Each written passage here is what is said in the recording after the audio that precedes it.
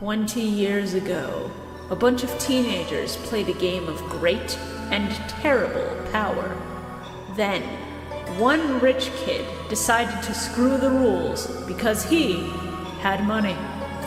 Now, it is up to ShibuyaKaiba. I lost at my own card game tournament. Oh well, it's time to blow up the island, Mokuba. Shora. Do you suffer from erectile dysfunction? Call 55555 Millennium. Calamity Carl. Rashido! Bio-Roxas. Friendship is for fools. And, holy shit, that's little Kuriboh. You were probably all jazzed up, but tough noogies. To revisit these past events using the Millennium Microphone and save the world from the Shadow Games, just as that bad Egyptian bitch did 5,020 years ago.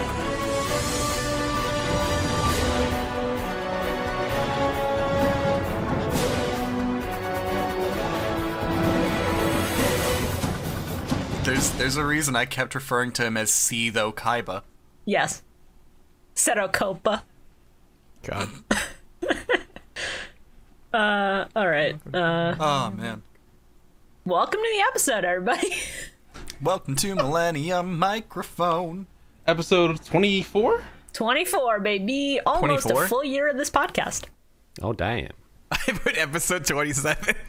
Where did you get 27 from? I don't know, I just guessed. What a normal episode we have here, guys. It's just the four of us. There's no one else here, right? Yeah, listen, it's end of Battle City. It's solid stuff. And, It's very exciting. Very exciting time. Yeah, very excited. What the? Hello. As you could probably tell by the thumbnail at this point, which will be on screen for the video listeners, we do have a special guest for this episode. Or from the intro that just played. Correct. You are right. I'm a fool for thinking that it would only be a visual bit.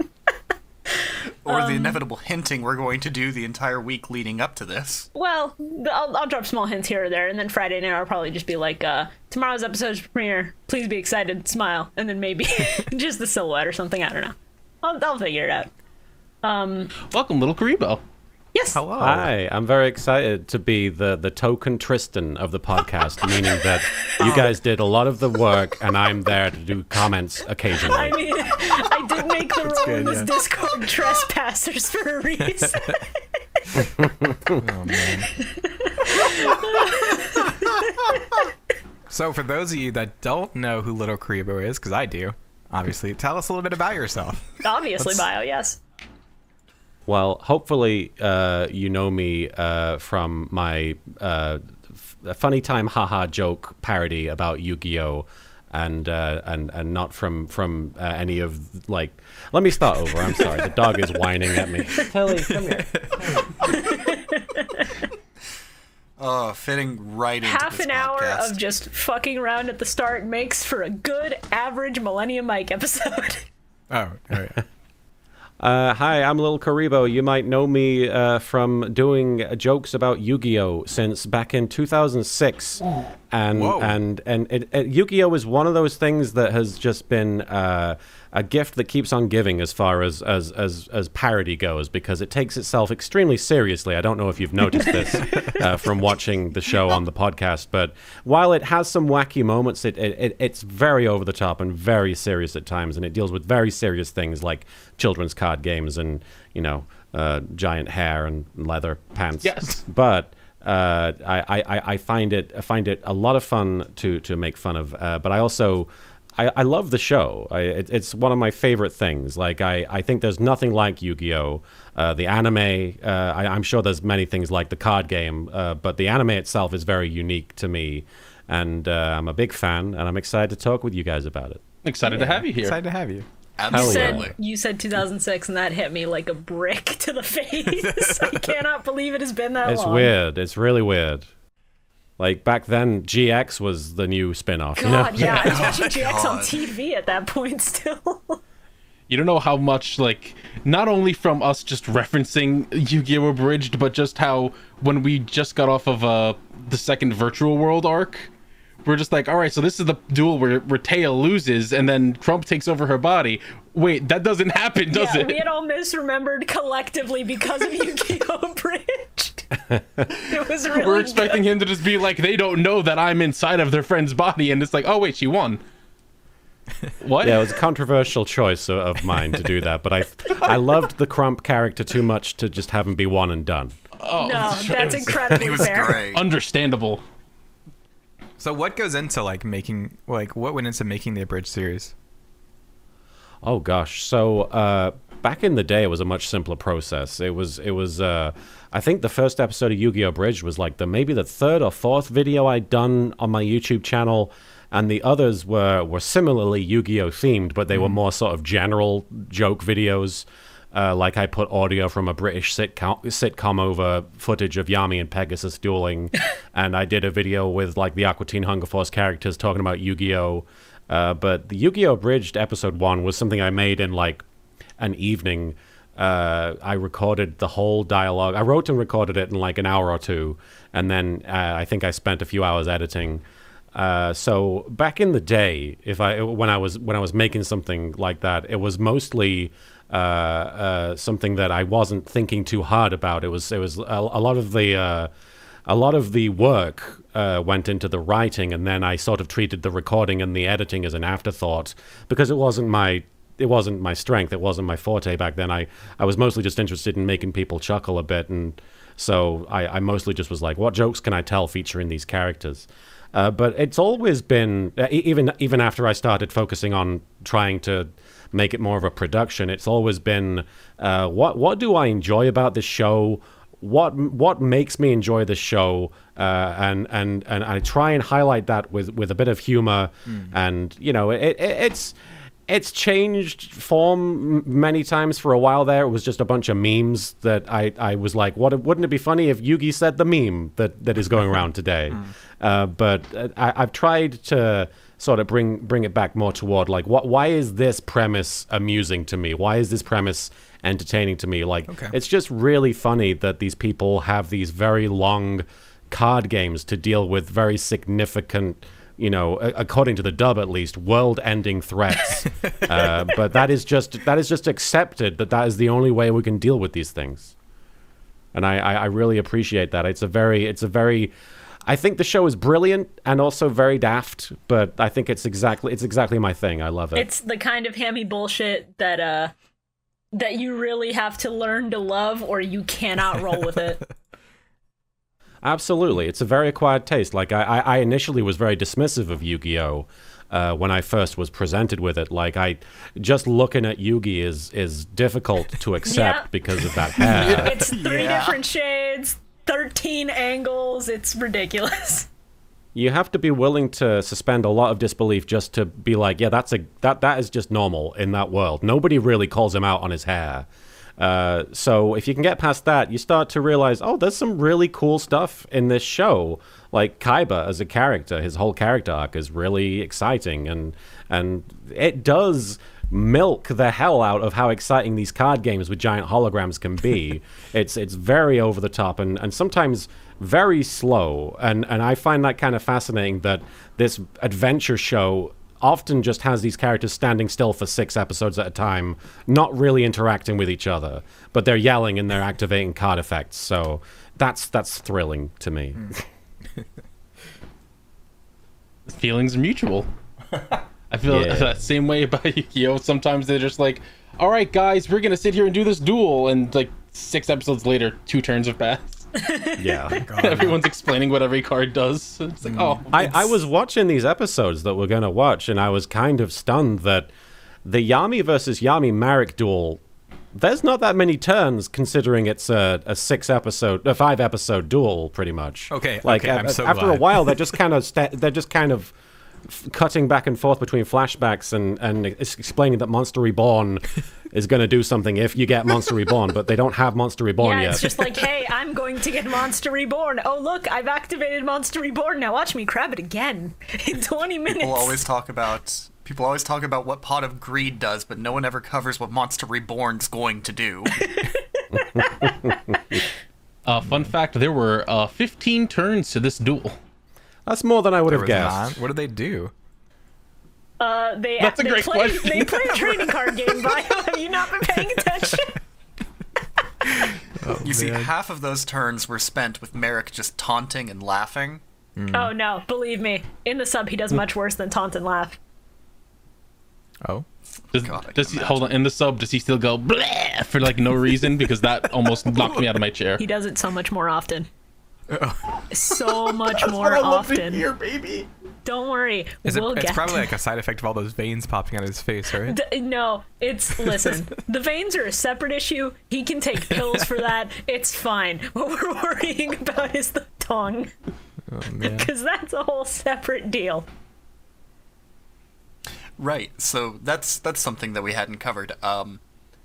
For the podcast, while the majority of us typically just watch the dub, Shibuya goes out of her way to watch both the dub and the sub so that we can compare the differences. Yeah, and especially That's worthwhile. And especially because I have never seen the sub of Yu-Gi-Oh! I only ever watched the dub as a kid wherever I could find it. So that's a new experience for me. I like covering the differences because I think it's interesting to explore just how badly 4Kids censored a lot of the stuff that didn't need censoring, and in some cases made it worse, arguably than the source material. But Made it worse. What? yeah, like when parents, instead of just dying in a car crash, are outright neglectful and just disappear. I love how instead of their parents dying, it's just like, yeah, they left them. They didn't feel like taking care of their kids anymore. Yeah, instead of the parents just like getting a divorce because they're arguing constantly, they're fucking abandoning their kids. Or, you know, how instead of genociding the entire world, EmperorZero just wanted to turn everything into cyber chase.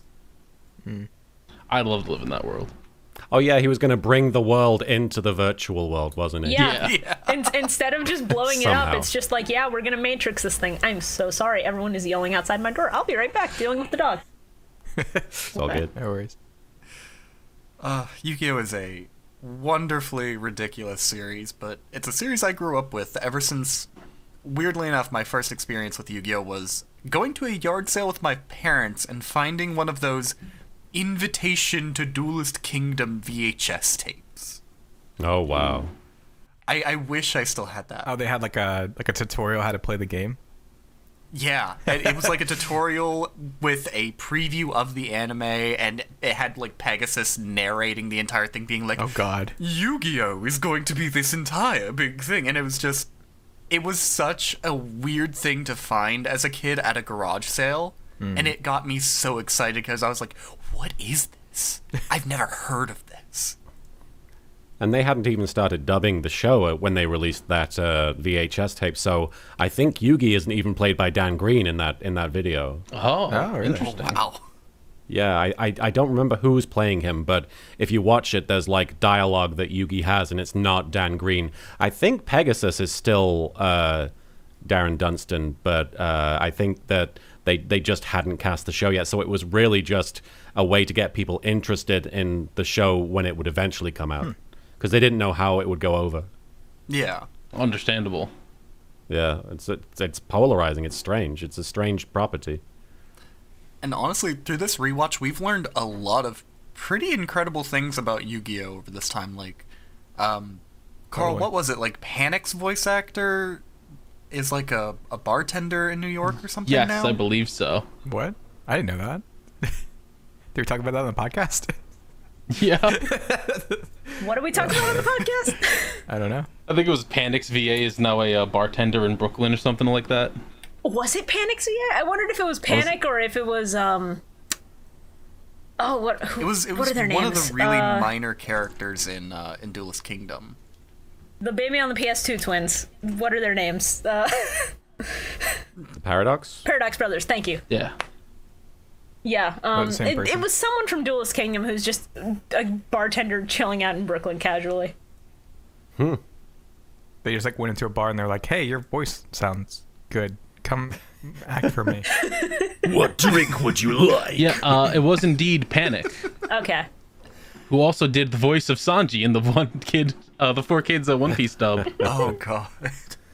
Does his bar have like flamethrowers on either side that shoot out if you order the wrong drink? God, could you imagine? That'd be amazing. I'd drink there every night That's an experience. if it wouldn't form a problem. If you order the wrong drink, I'll kill you by fire. Except I won't kill you, it'll send you to the Shadow Realm. Because he's not called Panic in the sub. He's just the player He killer, is the right? player killer, hence the P and the K, which is why they had to spell panic like fools. So he'd have B and T on his outfit if he was a bartender. It'd still be PK, just be patron killer. There you go. I mean, that's fair. Pub killer. Ooh. Oh. Or it could be pub crawler with a K. It'd be real cool.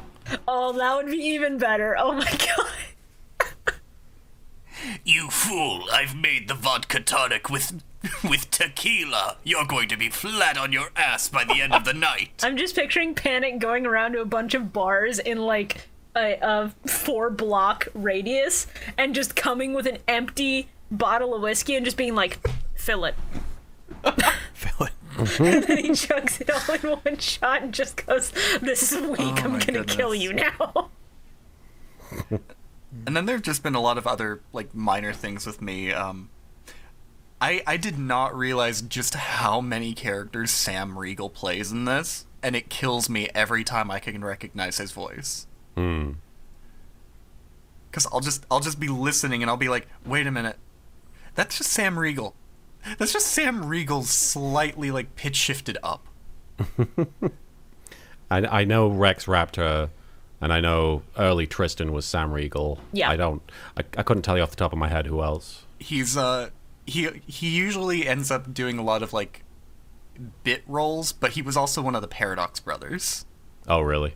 Yeah. Totally.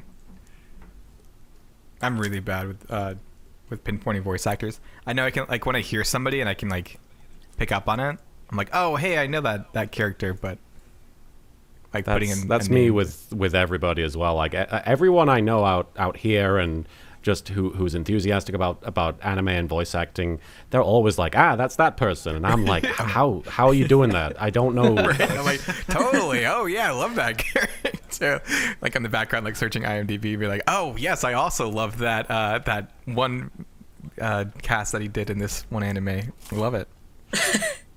I just find that it's a lot easier to tell with certain people because certain voices are very distinct. It's like, if you hear Johnny Young Bosch in a thing, you know it's Johnny Young Bosch. If you hear Troy Baker's easier to tell sometimes, but there are times where he'll throw his voice for a specific role. Like, I can't tell Joel from The Last of Us from Kanji that easily.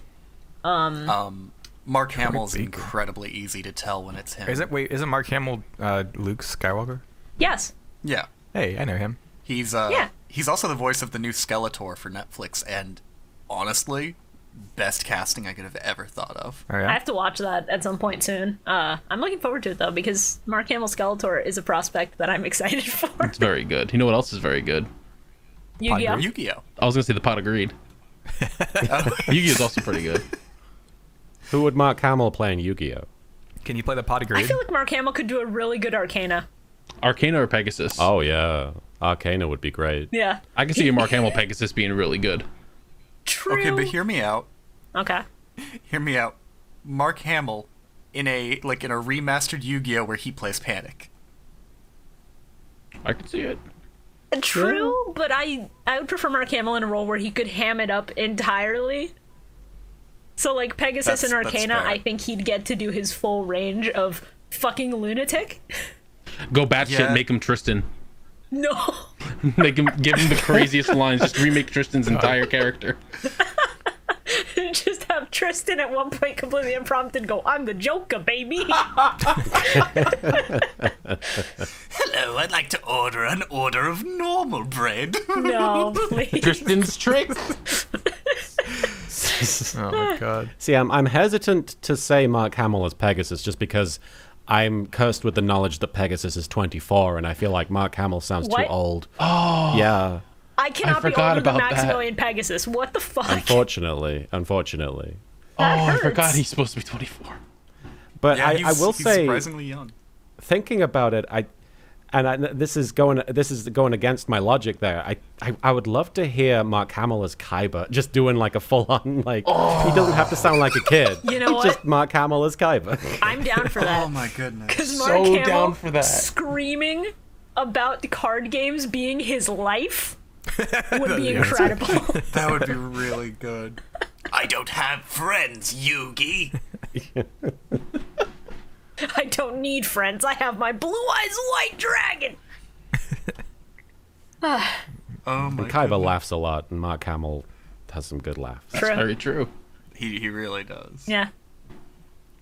For someone who doesn't like fun, Seto Kaiba sure does love to laugh at everything. Yeah, he goes out of his way to be like, I don't have fun in this episode. It's like, you're having so much fun, Kaiba. What are you on about? I don't have fun. Proceeds to kill his own blue eyes so he won't have to mirror match it, and then laughs in Joey's face as if he's having the most fun. And then, like, a few episodes later, flies in Blue Eyes Jet, clearly having the best time. Oh, absolutely. No. Bio, you're going to love Blue-Eyes Yu-Gi-Oh! Jet? The movie. Jesus Christ. Bio, Yu-Gi-Oh! The movie, there is a whole montage, AMV style, of Kaiba flying Blue Eyes Jet. I'm not saying God. anything else about it. You're going to love it. Oh, man. But yeah, Oh, man. just for reference, the Pot of Greed is just a segment where I summarize the episodes, consulting our favorite lovable scrunko of Yu-Gi-Oh, if you will, the Pot of Greed himself. Money. What's a scrunko? It's a Smash Bros. Meme that's been going around of lovable scrunko from a platformer of your childhood, like It's what was it? Scrimblow Bimblow, the lovable Scrunko from the hidden classic Nintendo 64 platformer. Yeah. Should be added to Smash. yeah. No, I love that meme. It's beyond stupid, but it's funny for that exact If you reason. feel like you're having a stroke hearing them say that, trust me, you're not the only one. Yeah, no, trust me. Anyway, our unlovable Scrunko has told me that episodes 135 through, what is it? I have to double check again. 142. 8 episodes. 2 duels. 8 episodes. Oh, boy. Absolute, pure, unfiltered card games. Yes. If you're watching on Hulu, that's Season 3, Episode 38 through Season 3, Episode 45. Yes, correct. Can we all agree to just cover the Joey and Kaiba duel as one big thing? Because let's be real, Sure, I guess. Kaiba smashed his ass in like seconds. Well, no. The best parts of the best parts of the duel. I was like, there's no were when they way. cut away from the duel. I was like, there's no way that they actually let Joey win. Because Kaiba, like, they have to have Kaiba in the show, and he would just shrivel up and die if he lost twice in a row. That is true. If Kaiba lost to Joey Wheeler here, Kaiba would have just vanished from the face of the earth in shame. It's important to note that in the manga, this whole duel with Kaiba and Joey doesn't happen. They just, I think it's, if I'm remembering right, they suggest it and then they just dismiss it. That's funny. But in this one, Kaiba actually is like, yeah, okay, I'll duel you. Why not? Well, look, the anime needed to let the manga get ahead, and I understand that. Yeah. And I'd prefer something like this, where it's small things that they insert to allow that to happen, rather than Virtual World Arcs 1 and 2. I'm still of the opinion that they are not good. People in the comments What? They're dislike great. my opinion of that, but You're insane. They're great arcs. No. did you enjoy having to sit through them? No. Virtual World is where I kind of was introduced to Yu-Gi-Oh! Really? But yeah, I never watched Yu-Gi-Oh! And then I started watching it sort of in the background when the Yami Marek versus Bakura duel on the blimp is going on, and I was like, what's going on here? Why are they yelling at each other? And then I really thought, I was like, you know what, I'll give this stupid show a shot. And I think it was like right at the start of the Virtual World arc when I really started watching entire episodes of Yu-Gi-Oh! So that whole filler arc, I know it's much maligned, but I will defend it to the death, because in my opinion it gives Kaiba some much needed development that he didn't get, because in the manga you get all that development kind of before the story of the anime that we're watching, and it kind of just skips over that, whereas here it gives you a chance to sort of stop and be like, what's going on with Kaiba? What really makes him tick? Where's he come from? And obviously it's a very obtuse and slow way of doing it, and it gets in the way of the main plot, but as somebody who had no idea what was going on, it made me sort of gravitate more towards wanting to learn about the show because it spent a lot of time with one of the more interesting characters in the show, and I was like, I thought this was just going to be about a kid playing card games, but there's actual character stuff going on here. That is completely understandable, and I will say that the Kaiba backstory is some of my favorite parts of the second Virtual World arc, so I do agree with you there that getting the Kaiba backstory, like, in the middle of it, as bloated and clunky as it may be, is really good. I do always enjoy getting backstory for a character who is, like, a very antagonistic secondary protagonist. I'll say that we could have lived without the butler that they had, because that guy was awful. Oh god, Hobson, yeah. I actually have a slightly opposite intro to Yu-Gi-Oh! Than that, where really? I had a VHS of specifically the first few episodes of Duelist Kingdom, like the Yugi Weevil duel and the Joey Mai duel. And I didn't actually start watching it live on TV until Battle City. So, like, the entire first part of Battle City with Arcana, with Strings, with Esperoba, all that was when I started getting into it. So Virtual World sort of irks me because I got in during Battle City. Like, early Battle City. But yeah, no, that's actually really interesting. Just to see somebody get into it around that time and stick with it. I'm sure I would have hated it if I'd watched it from the beginning. Probably. That's fair, but it's understandable that you'd have nostalgia for it. Yeah. Look, being a kid and watching Shinato pop out of the arc was like, yo, what is that? Fair. I don't even know half the words you just said. Bio, we just watched that like a month ago. I blacked it out already. Understandable. You know what? Fair. Oh my goodness. I still hold that the first Virtual World arc could have been a lot worse thanks to how short it was. Yeah. And at least has some like really cool moments, like Dragon Master Knight is still raw. Like, incredible. Five-headed dragon could be cooler, but I still appreciate the aesthetic of that dragon. It's still such a cool monster. For as much as I do rag on these filler arcs, they gave us Five-Headed Dragon and Exodia Necros, and for that I will be grateful. Okay, but what does the Necros do, okay? It just can't die? Is that the power?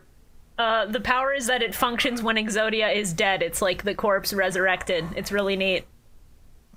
Okay. Bio, there are so many Exodia cards. It's just best not to question them at this point. Bio, what if I told you there's an Exodia card where the entire point of it is that if you play it, your opponent wins the game?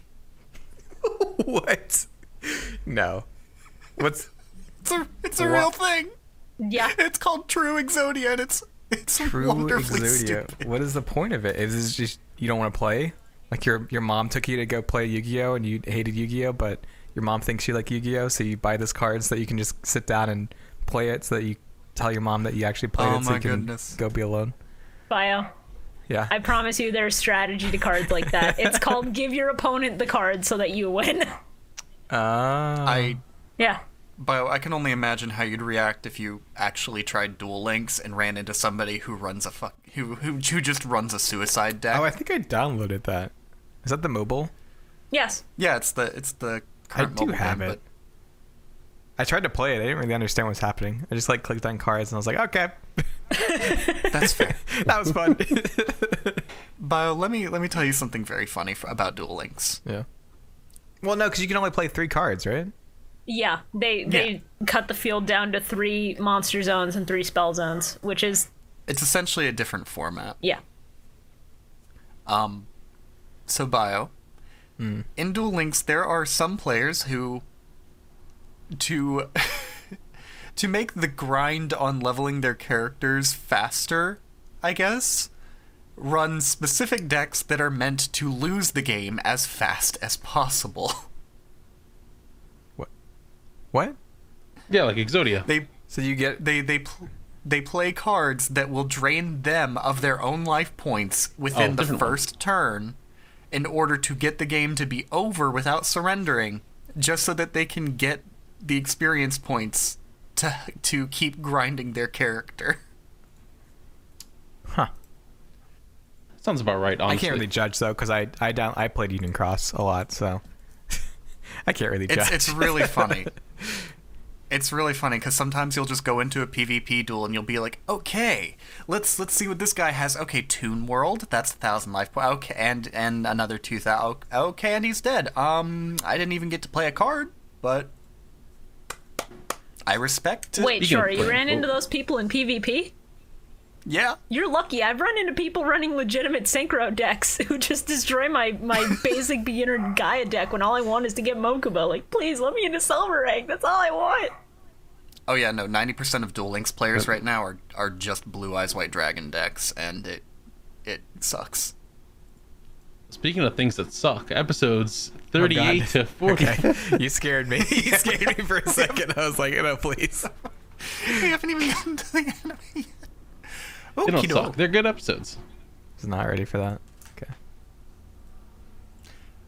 Season 3, episode 38. Recap and intro takes up a whole minute 48 of this episode. Nice. Imagine losing your own tournament. Yeah, right? Well, but then he's looking up at the tower and he was like, I couldn't have possibly lost. He says something and I was like, so you're pretty much admitting that you had the tournament rigged. That's just the way he was talking. It was like, there was no way. I had everything in place. And I was like, yeah, that doesn't sound good.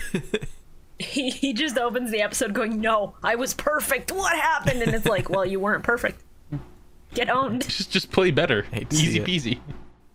Whenever I'm watching an episode of Yu-Gi-Oh, I'm always very aware when the dub has just laid dialogue over footage that clearly has no dialogue, and that I feel it was very noticeable at the beginning of this episode, of episode 38, because it's just Kaiba standing there looking at Yugi, realizing he's lost, and then looking up and seeing a sort of a vision of Yugi at the top of the Kaiba Corp tower and reaching up and being like, no, it was so close. And it's like a good minute or two, and it's just, in the Japanese, it's obviously just him silent with the music playing, and it's very dramatic. And then in the dub, it's like, it's not? It's not. It's still him having like this internal monologue where his hate was going to conquer the ghost of his father. And then he's just like, I'm supposed to be at the top of my tower, so why is Yugi there instead? It's much shorter, and it's not nearly as wordy, but yeah. there is still that. It has the internal monologue, but there's dialogue that they put here where it's like, Kaiba's like, no, how could I lose to you, Yugi? And Yugi's like, Kaiba, of course you were going to lose. Look at my cards and all that. And it just takes away from the moment of just the silent, like the complete desperation of having realized he's lost his chance to get all the god cards. And I don't know, I wish the dub would give the characters more time to just not talk. True. Yeah, Kaiba's just sitting there like, I can't believe I lost. I was so perfect. What went wrong? And Yugi's just like, it's because you didn't have faith. Faith in our Lord and Savior, Jesus Christ, Kaiba. Please, Carl. Yami's already anti-drug. Don't make him pro-Christian, too. Pulls a Bible out of his coat and hands it to him. You must know the good word, Kaiba. Actually, Yugi does still confront Kaiba when he is shocked about the loss in the sub, and the line that he gives is arguably worse than in the dub for me. It's just much cornier, and Yami just goes, Kaiba, you failed to defeat the most important monster, the hate in your heart. Oh god. Yeah, it's beyond preachy, but like it's perfectly on brand for the series, which makes it great. Yeah. Also, I need to be at my best to defeat the worst monster of all, drugs. Please stop. Kaiba, would you like some? Would you like some drugs? Cocaine will make the pain feel less bad, Kaiba. I also brought this up yesterday. I think it was to you, Carl. I think I sent you what the title of this episode is in the original sub. The translators had fun with this one because there's one word that they keep translating as scrub. And so this episode is called The Blazing Road of a Scrub, Jonouchi versus Kaiba. Like, I blacked out. I looked at that title card and I was laughing my ass off. Speaking of Joey, he comes back at the... Well, I don't know if he came back at the end of the last one, but he's here, and he's feeling a lot better because he was obviously just essentially dead. Yeah. Essentially, he had died. And he was having a vision where he was dueling, and he came back. And at the beginning of this one, he's there to see Yugi defeat Kaiba, and he's very happy that Red Eyes, I assume, was involved. And Tristan turns to him and says, "You were snoozing, but your card wasn't," which is weird to say about someone you thought was dead. Yeah, really. Well, in the dub, he wasn't dead. He was just taking a little nappy nap. He was a sleepy boy. True. He's taking a little snooze. Meanwhile, in the sub, reminder that episode is called Jonoichi Dies. So he's very much on the verge of death and comatose. In the sub, Serenity's crying over her what she believes is her brother's corpse, and her friends are all just like, "Can't believe he's fucking dead." Yeah. And Joey just shrugging it off, being like, "Of course, I couldn't miss your duel." And then in the sub, he's like, "I'm not gonna die that easy, Yugi." Not until we fight as true duelists. And I'm like, damn. Yeah, Yugi's over here crying for literally nothing in the dub, and it's hilarious. Yeah. I ain't gonna die. It's not the first time I've gotten the shit kicked out of me. You remember season 0 where that guy kicked the shit out of me? And season 1 where that other guy kicked the shit out of me? Or season 2 where that one guy kicked the shit out of me and stole my red eyes. You know, that card you played right here. And then there was that time Merrick tried to make me kick the shit out of you. I think someone stabbed me at one point. I don't remember. It's all a blur. And if you read the manga, there's a point where my father throws a fucking beer bottle at my head. Jesus Christ. Yeah.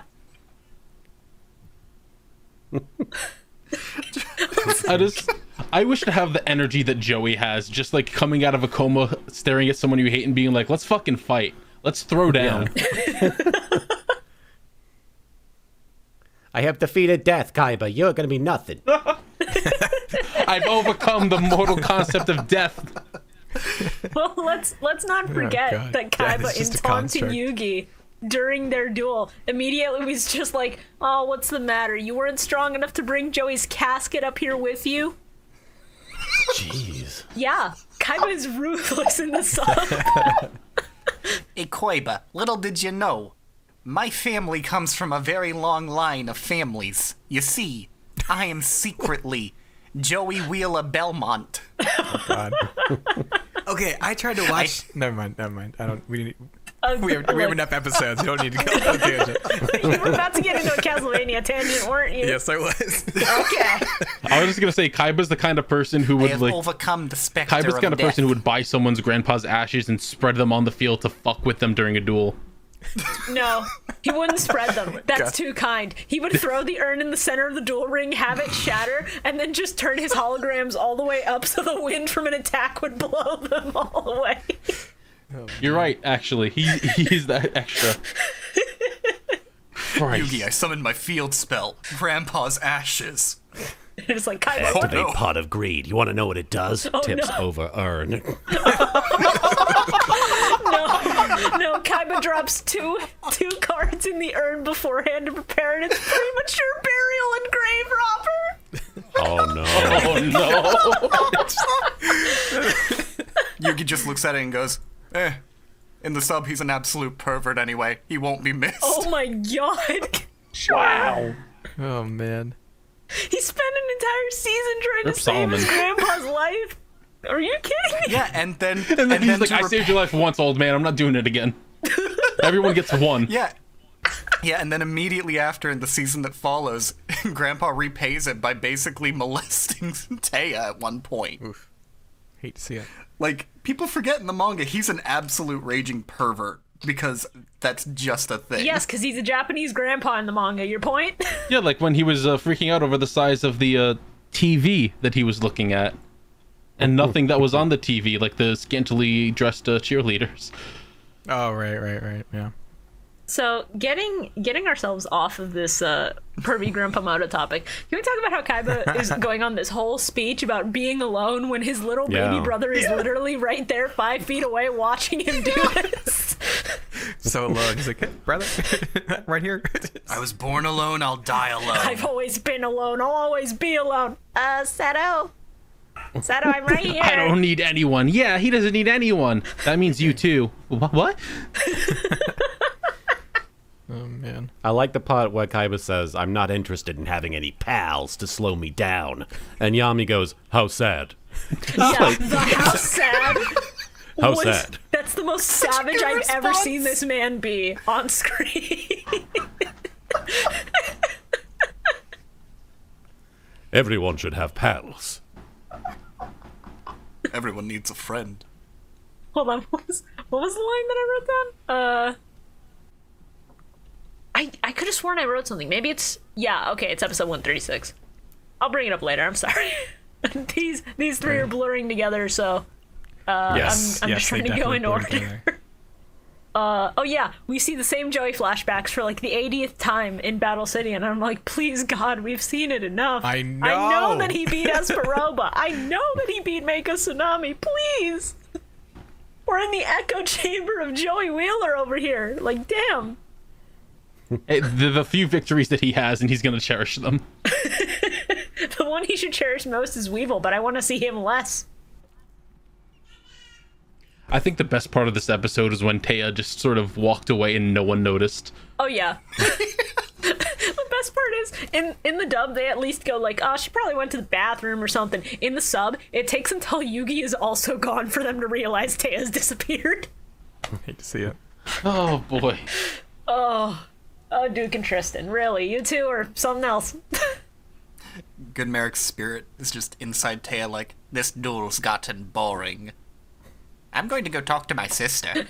Merrick just has the siren go off in his head like, this is filler, I'm leaving.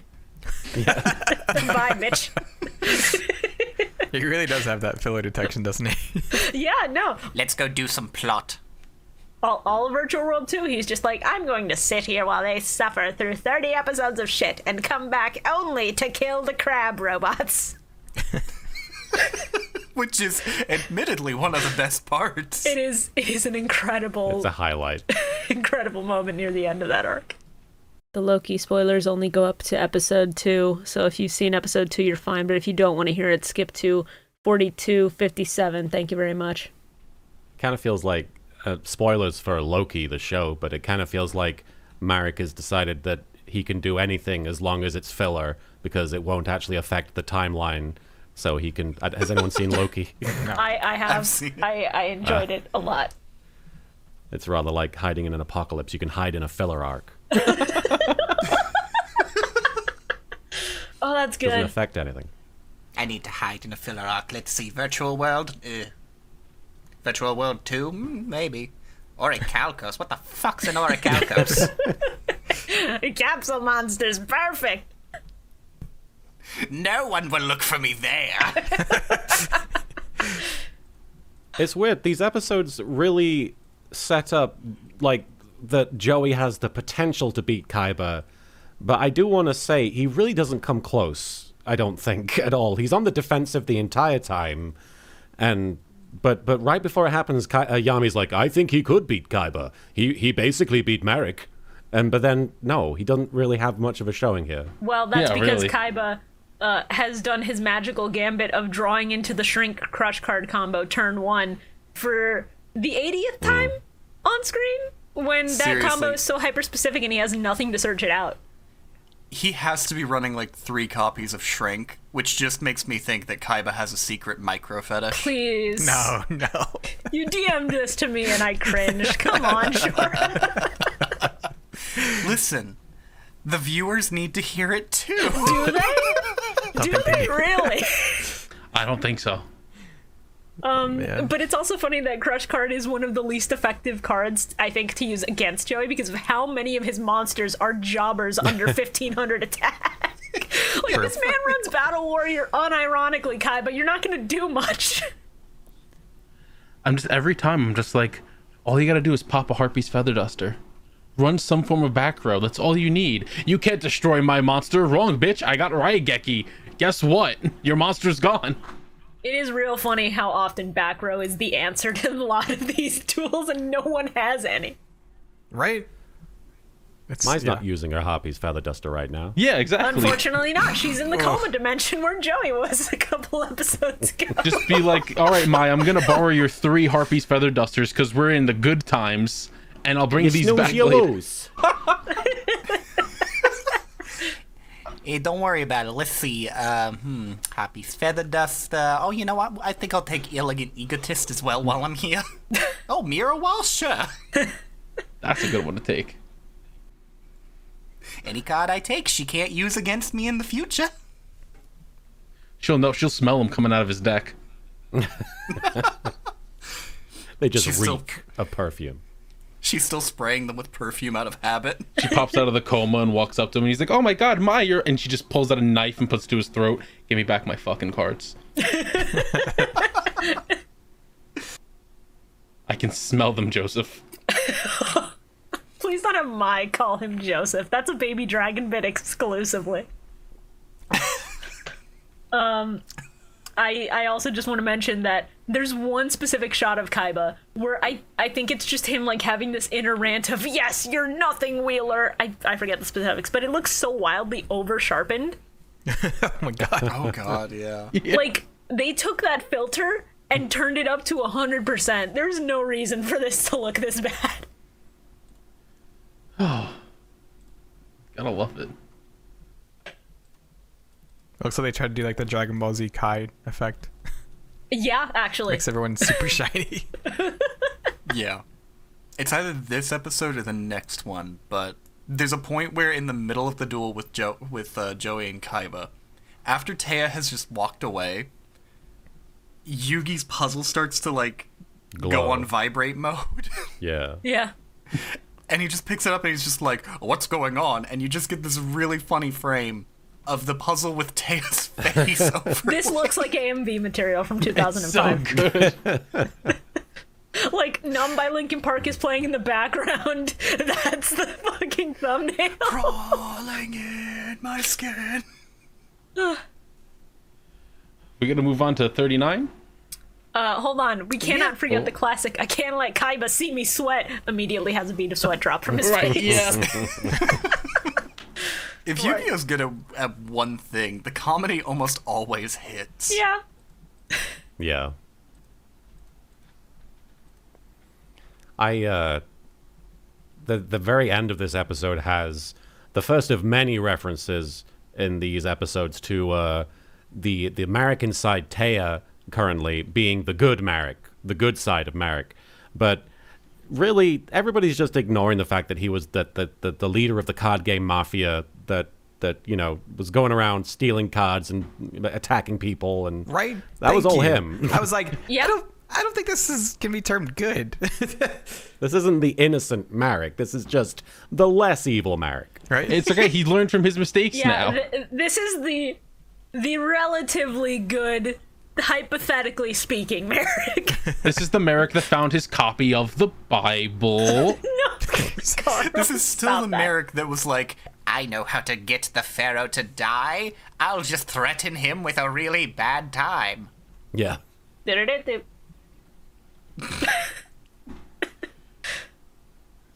Duel your friend with a bomb underneath the arena.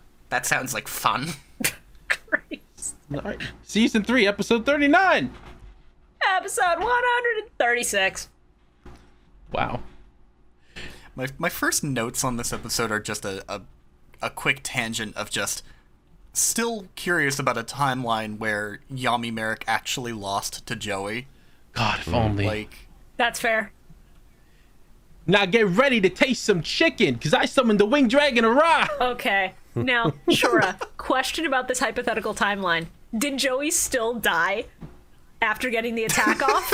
Or is he, like, barely conscious and just sitting in a chair going, eh? no, I think what would have happened would be Joey, you know, just barely ekes out the victory, and right before he's about to, like, fall over dead, he basically does the anime just catching himself on his foot thing, stands up, his hair's all standing on end. It's me, Evil Joey. No. Imagine.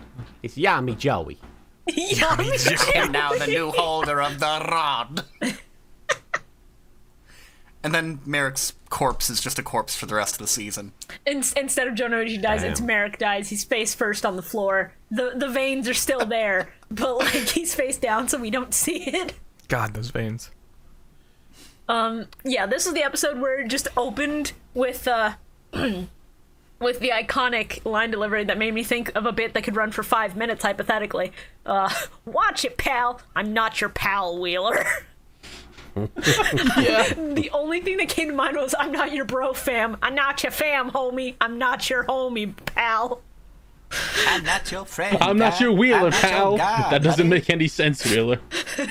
Oh, you're right. Kaiba, you're supposed to let the bit run. That's the fun of it. I don't have fun. Ah, well, I never knew you as a killjoy. Let's see, the quickest recap of this episode is Joey and Kaiba continue dueling, while Merrick has erectile dysfunction. Joey has a lip flap that makes him look like he's doing dog barking noises. The what? There's the sequence where they have like a side view of Joey, and they keep doing this lip flap with him where it just looks like he's going ba, ba, ba, ba, ba, ba, ba. That's most lip flaps in Yu-Gi-Oh! True. I don't know why this one was particularly funny though. Blade Knight with the legendary sword that's just a dagger at first was really funny. Like he's was gonna very just good. walk up and shiv little wing card, and then the sword gets bigger, and it's like, oh, okay. And I think the best part of this episode was just watching Merrick fight Merrick, but inside of Taya's body. Oh yeah, Taya just doing the backflip, catching herself on the railing. It's so cool. Easily right to the be most that good. cool thing that Taya's done in the show. Oh, And it's not 100%. even Taya. And it's not even Teo, which is the funniest part. It's a good thing this body has instinctual knowledge of acrobatics. That's Because dancers. I could not have done this. She's a dancer. It works. For all you know, Marek has been practicing his moves. That's true. I mean, why do you think he wears the crop top? I can see Merrick practicing Just ballet. imagining him possessing Taya's body in the middle of the night just to practice karate. I'll show that son of a bitch. Practices all of it in his mind palace first, and then Oh and then my goes god. to Taya. I'm picturing Merrick just as, like, in Taya's body, walking up to the top of the blimp, doing, like, jumping jacks, stretching, so, like, for 4 hours just doing a full workout routine, and then just going back No. to bed. Nobody knows except for one night where Tristan goes up top like, where's Taya? What the fuck? They start the Joey and Kaiba duel, and they're just like, Taya, something seems different about you. And she's just like big and bulky. Just like, what do you mean, guys? Do you get your hair cut, Taya? Not recently, no. Like, not even Taya notices the difference. Just normal No, day she for Taya. she's been like trying to like work out, so she'll take like an afternoon like walk for like 5 minutes, and that's why she thinks she's so jacked. She's Oh like, wow, my man, this is god. Dub Taya Wood. This is Yeah? this is on brand. Taya, you've gotten really jacked. What's your secret? Sit-ups, pull-ups, and plenty of juice. Shibuya, I have to know. What? Did Yami Merrick threaten Taya Merrick with the sword in the rod or with the rod No. itself? Unfortunately not. It was still just the rod itself. I keep thinking they'll use the knife that's inside of the Millennium Rod more often, and then they just don't. Yeah, he just points the other end at her, right, to push her off the edge. Which is still devastating. It's still basically an axe. Yeah. Yeah. I had a friend who cosplayed Marek, and they were flying to a convention with the Millennium Rod prop no. out because they didn't want to risk it getting damaged, and it was just like paper mache, like not. It was like very flimsy and light, but they kept getting stopped on the plane by people who were like, "Is that a weapon? What are you going to do with that?" Imagine someone holding up a plane with the Millennium Rod. That would be funny. Unless it's the real deal, I don't think I'd be scared. All right, Captain. I'm hijacking this plane. Everyone's going to Miami. Please, no. There's enough people That's the here. We real don't shadow need game. more. That's the real Shadow Realm right now. Yes, correct. Actually correct. In the middle of this episode, I just forgot that there was a duel going on, and I was just like, oh, right. I forgot this was happening because I was waiting for Yugi to just beat the shit out of Merrick with his bare hands. As good as that would have been, that would have also just been Yugi beating up Tan. He's not going to do that. He's too much of a simp for that. No, I mean Yami Merrick. Oh. Well, absolutely, that would have been incredible. Just But, Yami like, Merrick sitting there taunting him, and Yugi just slowly walks up to him and just You think Yugi knows how to fist fight? No, he only knows how to duel on the card game field, not the battlefield. Yeah, but so the only person so far that has had like any kind of outside conflict is that freaking Bug Boy, who like took the guy's cards and ripped them up, and that's like the most conflict we've ever seen. Oh my god. You're not entirely wrong. I Yeah. hate that. So there's a moment in this duel where Joey, and I might have just misunderstood how the card was being used, but he uses enemy controller to destroy Blue Eyes White Dragon. Oh Yes. yeah. Yeah. What is that thing? How does he do that? Enemy controller is a spell card that lets you either destroy or take control of an opponent's monster for 1,000 life points. Really? It lets you destroy it. Yeah. In the actual TCG, I probably should have looked this up beforehand. Tribute but one monster, then target one face-up monster your opponent controls. Take control of that target. Or target one face-up monster your opponent controls, change that target's battle position. Yeah, in the real life Yeah. TCG, it does not let you destroy an opponent's monster. So But- this is an anime rule. Yeah. Yes. I see. This is I Joey must have like, forgotten oh, about I that. saw this. I saw him use this card once before. Let me just It's make the it up. secret cheat Yeah. code. Yeah. The secret cheat code. The cheat codes that they put in, completely unnecessary. Total BS. I appreciate that they exist. Makes it very funny. Then Joey uses Monster Reborn to get Blue Eyes White Dragon after he's used the enemy controller to destroy it. Does everybody have Monster Reborn? Yes, by this point, everyone has one in their deck. Okay, yeah, because I was going to say, it's everybody, I think, uses it in Yeah. these duels. They become very reliant on their monster reborns. Can't blame him. It's a good This card. much I did remember. True. That is why it was banned for a long time. Yeah, I was about to say, they found out that it's getting banned in the next ban list, and they were like, oh man, we have to run it at 3 for the rest of this entire tournament. Use it or lose it, because we're losing it anyway. So you guys can bring back Monster Reborn at 1, but you can't give me a fucking pot of greed. Come on. Can't believe it's still banned. Rip to a legend. We'll remember him in our hearts and also in the anime because he does show up in this episode. Our favorite Scrunko. Oh, man. I'm going to need that cut out and saved as its own audio bit. That'll be the Millennium Mic sub emote. I'm gonna put not Sunny sad, wrote the sub alert. like sad Yu-Gi-Oh instrumental music, and just have a photo of Pot of Green, grayscale, transparent. R.I.P. the lovable Scrunko. Oh, it's gonna be so good. Can I just say how funny it is to just have Yami Merrick turn around as Yugi's transforming in the back, just going, "Look at this, I'm quite popular today," with the transformation music going on. Oh, it's great. Sometimes the anime really does just hit. And this was so good. I was, like, shouting in joy. It's a very dramatic moment considering literally nothing happens. Yeah, pretty much. It's intimidation tactics, and you know what? It fucking worked. Merrick's just like, "I'll deal with you later, Pharaoh." And then he leaves. He's like, actually, you know what? Fuck this. It just walks away. And another thing. And then he leaves. Says nothing Yeah. else. I would think that Teo would like go and see a doctor with the amount of times she's just been passing out and not knowing what's been going on. But she's so buff as a result. That's true. You've got Taya out here looking like that one character from Hunter x Hunter, who's like the little girl normally, but then she gets super buff. Oh, Tea's Bisky Kruger is an idea I did not need in my brain, but now it's there, and I do appreciate it. Oh man, I can't wait for the Hunter x Hunter rewatch podcast. Please don't, because I think the Chimera Ant arc is hard enough getting through once. I don't know that I could do it again. Oh yeah, no, trust me. But I mean, hey, Shibuya, if we do a Hunter x Hunter rewatch, then we can have little Kuriboh back on because he plays a character in the Chimera Ant arc. You do? It's true. I play one of the Ortho siblings who are very upsetting characters because they're brother and sister, but they're very touchy-feely with each other. I forgot about that. Yeah. I forgot that also. Wait, so like I yeah, never mind. You probably don't want to know, Bio. No.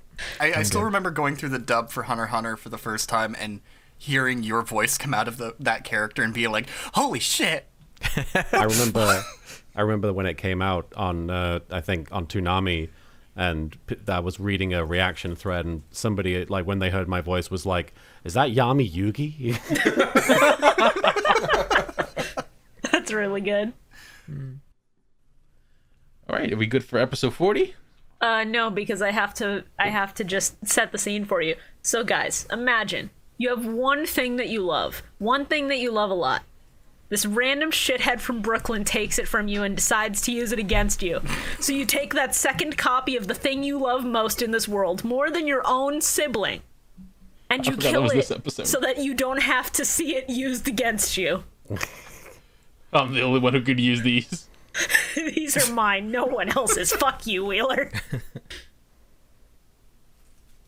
And Joey says, someone needs to chill. Who knew Kaiba would get that worked up over one little card? And it's like, have you met Kaiba? Were you there for the first episode of this show, Wheeler? Literally, Blue Eyes was the whole, like, inciting incident of the series.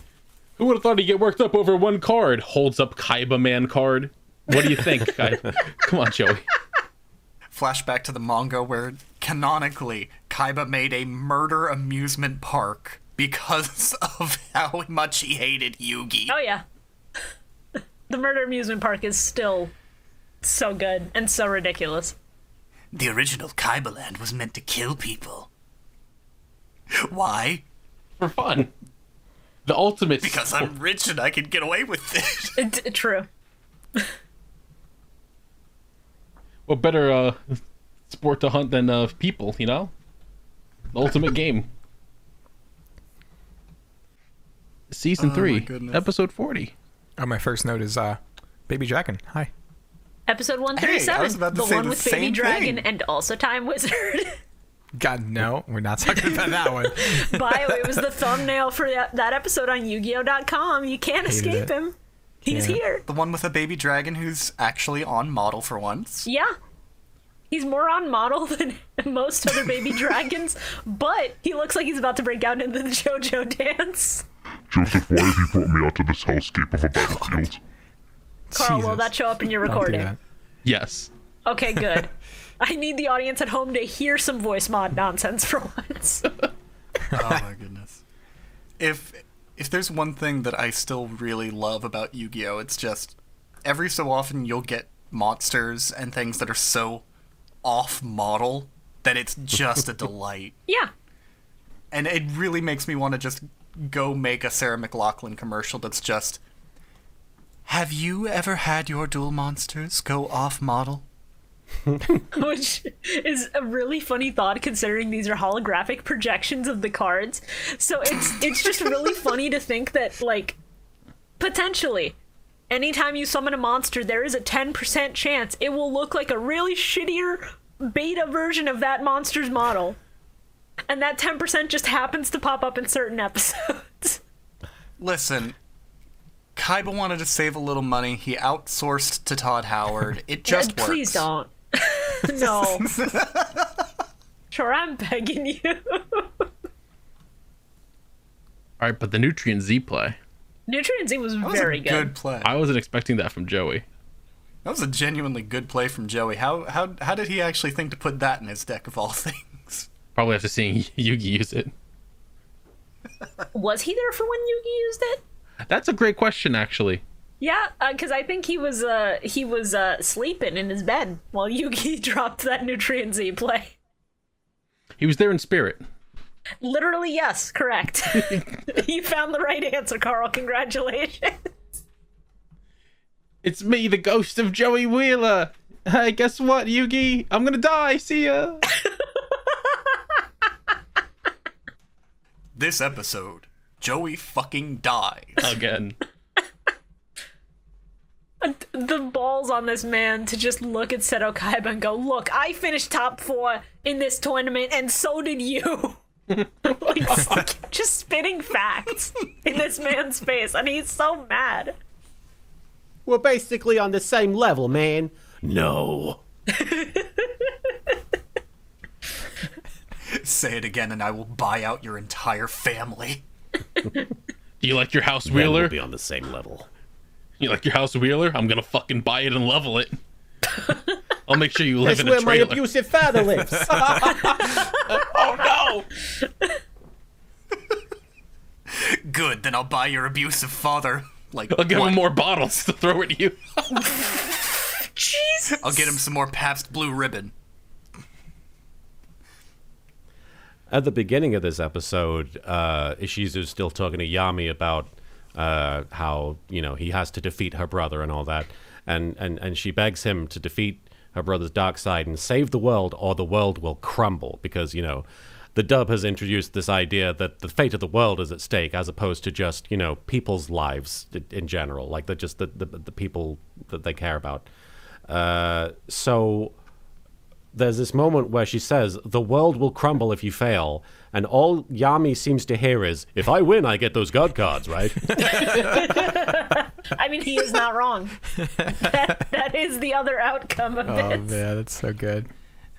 Pharaoh, if you don't win this duel, all that we know will end.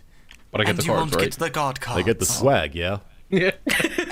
I Honestly, if Yugi was straight up like that 100%, I would love him more.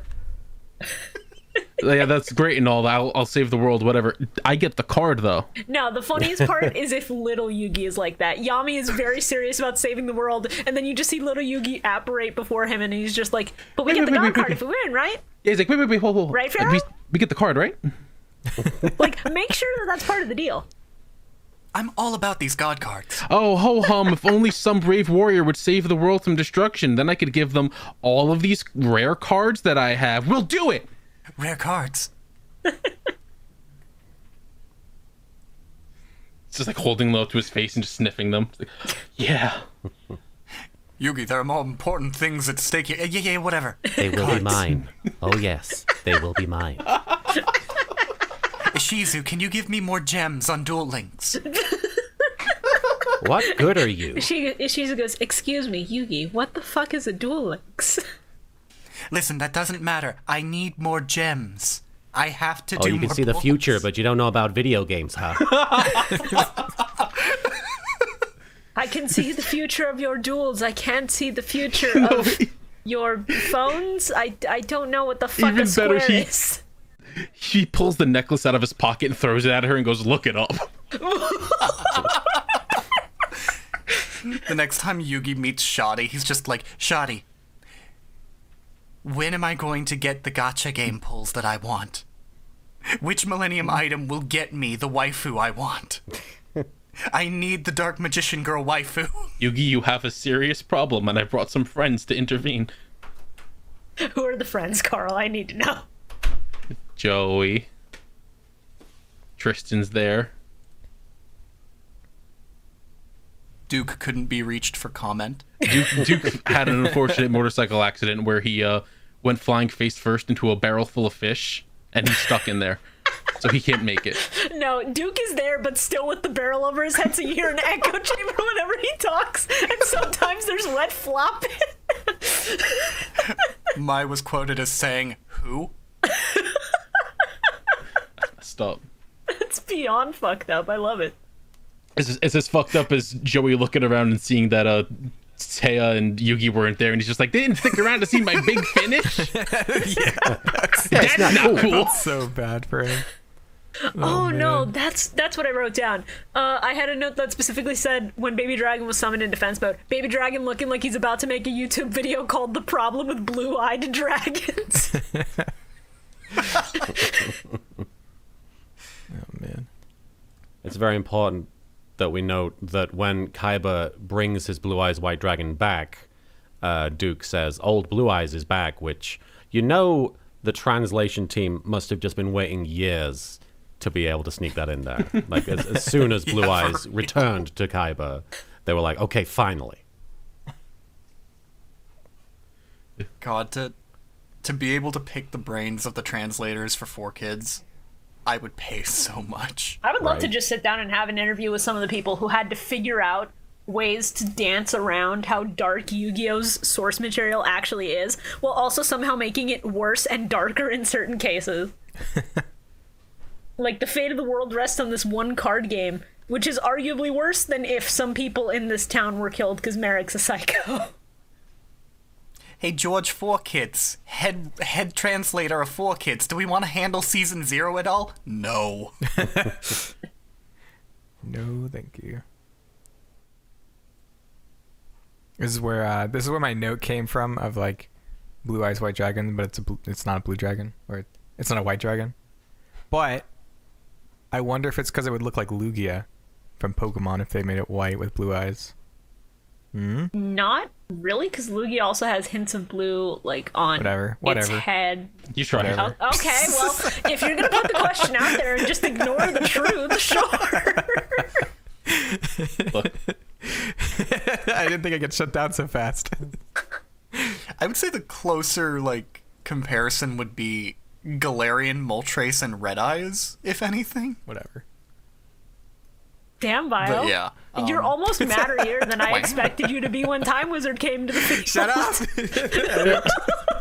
I wrote a note saying catch Bio malding in the Discord call, and I predicted the future, baby. Let's go. Oh my god, I was losing it. Yeah, I just have it all caps. God, no, not Time Wizard. Why?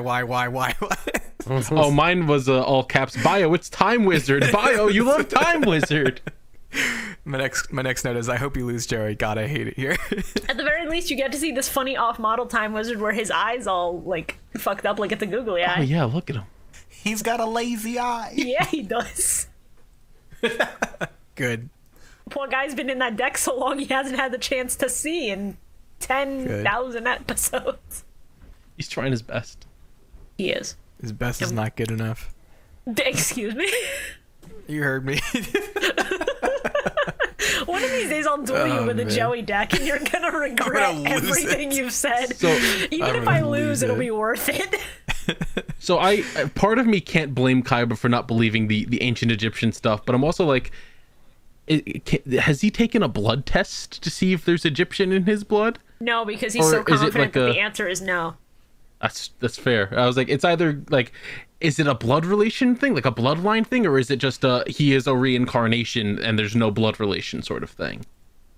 Big brother, I will got never you get a that 21 answer. in me to... Well... I got you one of those 21, 23, whatever the fuck they are, the 23 in in me me. tests. Yeah.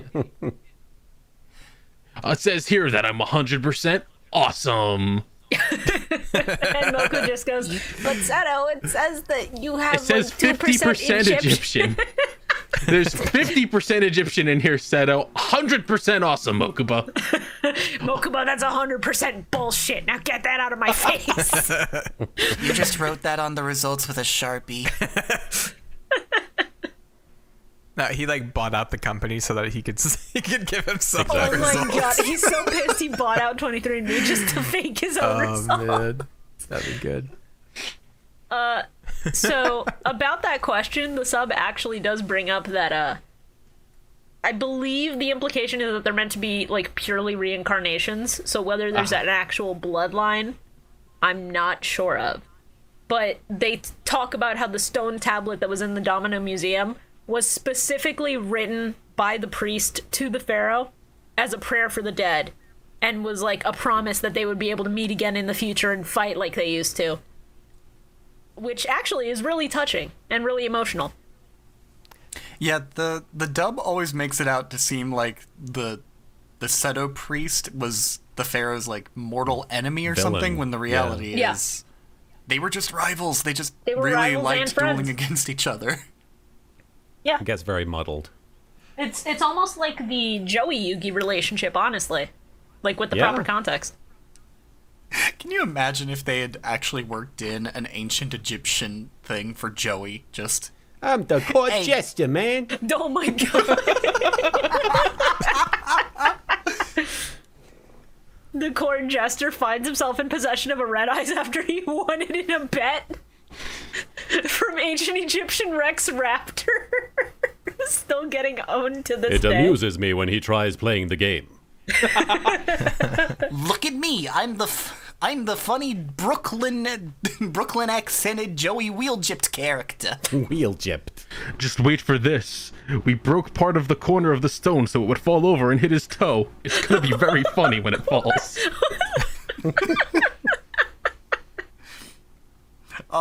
You no longer amuse me. Go work on the pyramids. Oh, man. Along with all the other characters that we don't show. Rex, Raptor, Weevil Underwood, they're all doing that. Good, that's what Weevil deserves.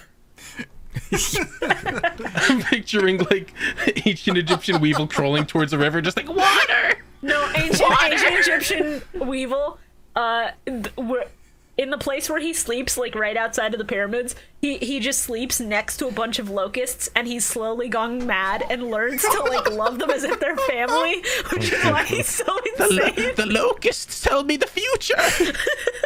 Yeah, Shibuya, I had a similar thought to you there, but I was about to go with ancient Egyptian Rex, or not Rex, Weevil's just.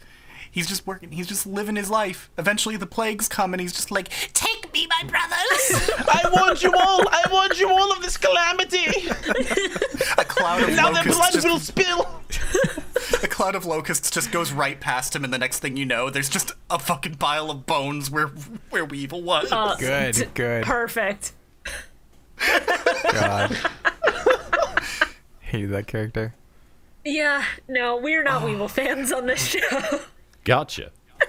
Honestly, I would believe it if you. I would believe it if you told me there was an ancient Egyptian equivalent for Weevil that was just this bug-obsessed sorcerer who was just like. Not even sorcerer. He flunked out of sorcerer school. Not even because he wasn't good at it. He was just so obsessed with bugs. He couldn't focus on his studies. Everyone was just creeped out, so they silently agreed to kick him out, and so he just hangs out with the bugs while he's not doing his day job. Like, we have a special class in the cellar. Yeah, just go in there. That's where all your classes are. Yeah, all right. Don't mind the stone door. It's part of the sacred ritual. You are not allowed to move it for the next 25 cycles. Goodbye. Shibuya. Okay. Just suddenly terrible little add-on to that thing I said. When the bugs go past him and they leave the bones, you can see his skull, and it has like the shape of his hair is bone. Oh no, don't tell me the bowl cut is like physically impossible to remove. I hate that. No, it's perfectly intact because it's an exoskeleton. God. All right. Let's Season 3, episode 41. In the sub, Kaiba chooses to blow up the island because he hates the prophecy specifically, and not just because he lost the card game. That's my last note. Like, he does it almost in defiance of Ishizu telling him that he is destined to fight with Yugi again. That's even funnier. Yeah, That's amazing. That's actually something really funny to me, because can we just take a moment to appreciate how Ishizu must be like the calmest motherfucker in the world to listen to Kaiba complain about his father the entire time. Listen, she's like his therapist at this point. She's just standing there listening to him go, "My daddy never loved me. My daddy was a bad man." And she's just like, okay, let it all out. I've been there. Right. How does it make you Yes, feel? my father locked me underground for my entire life, and I watched my brother murder him. But go on. Yes. Yeah. Mm-hmm. We all Okay, have Kaiba. daddy issues. Go on. Did Whittle Baby lose his duel? Somebody in one of my stream chats pointed out that if you Google who is Kaiba married to, it does say Ishizu because of some fan-edited wiki for a fanfic. Oh my god. But I don't know if it still happens if you Google it, but I remember it happening. I'm going to try it right absolutely. now. Okay, yeah. So Google. Kaiba just barely manages to catch Ishizu, and he tells Ishizu that he loves her. Yes. They then have their first kids. Oh my god, there's They even have a their fan son kid. Seth. It's a good Kaiba name. Weird that Seth is it weird Kaiba. that honestly That's- I could see this being a decent ship, like Yeah. in one of the future seasons of Yu-Gi-Oh! Where they're like GX 5Ds, they're like, yeah, Seto Kaiba married Ishizu Ishtar. I would just look at that and be like, yeah, There I'd are accept very it. few people who could put up with Kaiba's nonsense as easily as Ishizu seems to be able to. The only way I can accept this fanon is if Seth Kaiba has a middle name that begins with an O, so they call him Seth O Kaiba. Mr. Okaiba. Mr. Okaiba. He has anger issues just like his father, so everybody calls him C, though. His middle name is Osiris because he's still obsessed with the god cards. Anyway. Ooh. Brilliant. Nice. Yes, episode 138. I forgot to mention that Kaiba specifically states in the sub that Yugi's chances of winning against Ra without Fiend Sanctuary, 3%. With Fiend Sanctuary, 20%.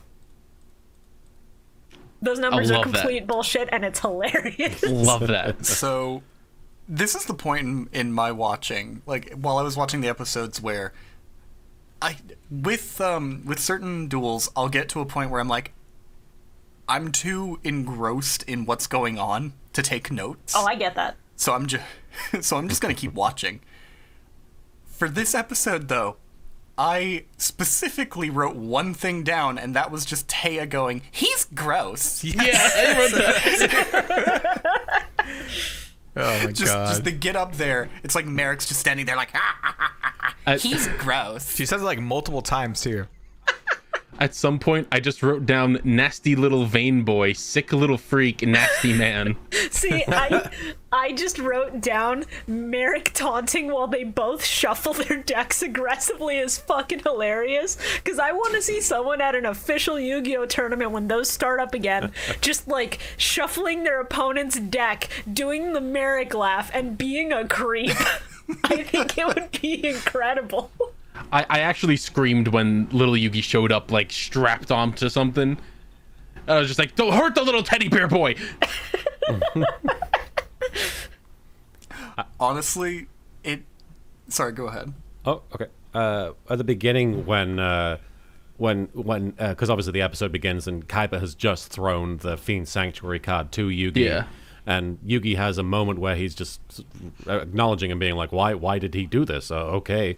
And as he's putting the card in his deck, Joey's like, no, don't do that. That's Kaiba's card. Don't do that. Like, why? Why are you so upset about that? It's got asshole germs. That card's got the crush card virus on it. You can't touch it. Honestly, this entire part of this episode, it really says something to how, like, ingrained Yu-Gi-Oh! Abridged has become for a lot of people. That the entire time I just kept watching this and going, hey, that's that part where where Yami just starts shuffling his deck and cards go flying everywhere. Even I had that moment where I saw the shot of Yami shuffling, and I was like, I'm imagining layering in all the bloody cards as they fly out. God, yeah, I can't imagine actually putting that together. Oh yes, I'm shuffling my cards so well. The only thing I could think of to make that whole bit funnier, because it is, like you guys say, seeing them both face off shuffling each other's cards so intensely is so... It's brilliant because it's very Yu-Gi-Oh! It's so stupid, but it's so amazing. And it almost defies, like, humor, because how do you make it more ludicrous? So I was like, what if Yami was just really bad at it? Like, cards are getting bent and creases, and they're sort of, he's trying to riffle shuffle, and then 20 of them slip through his fingers, and he's like, sorry about that, Merrick, but he knows he's bad at it, so he intentionally leans into it to piss him off. Oh, that would be great. There's two quotes in this episode that are like the best quotes that we probably could have gotten, which of course was Yami Merrick going bleh, and then Yami Yugi just shouting, "I took his leash, my queen." Just tickled me. I was like, that's really good. That is a real good moment. Also, gotta say, great timing for the new TCG set King's Court to come out. Oh, absolutely. During this part of Battle City, where this set focuses on all of those face cards that Yugi uses like crazy at this point. That being said, still on the hunt for that Pharaoh's Rare God card. Yeah, if you find a Pharaoh's Rare Raw in any of these packs you're buying, I will pay you market price for it, Shora.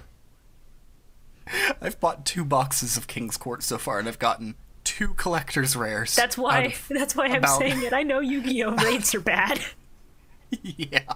And if I can get it from someone I trust, it's better.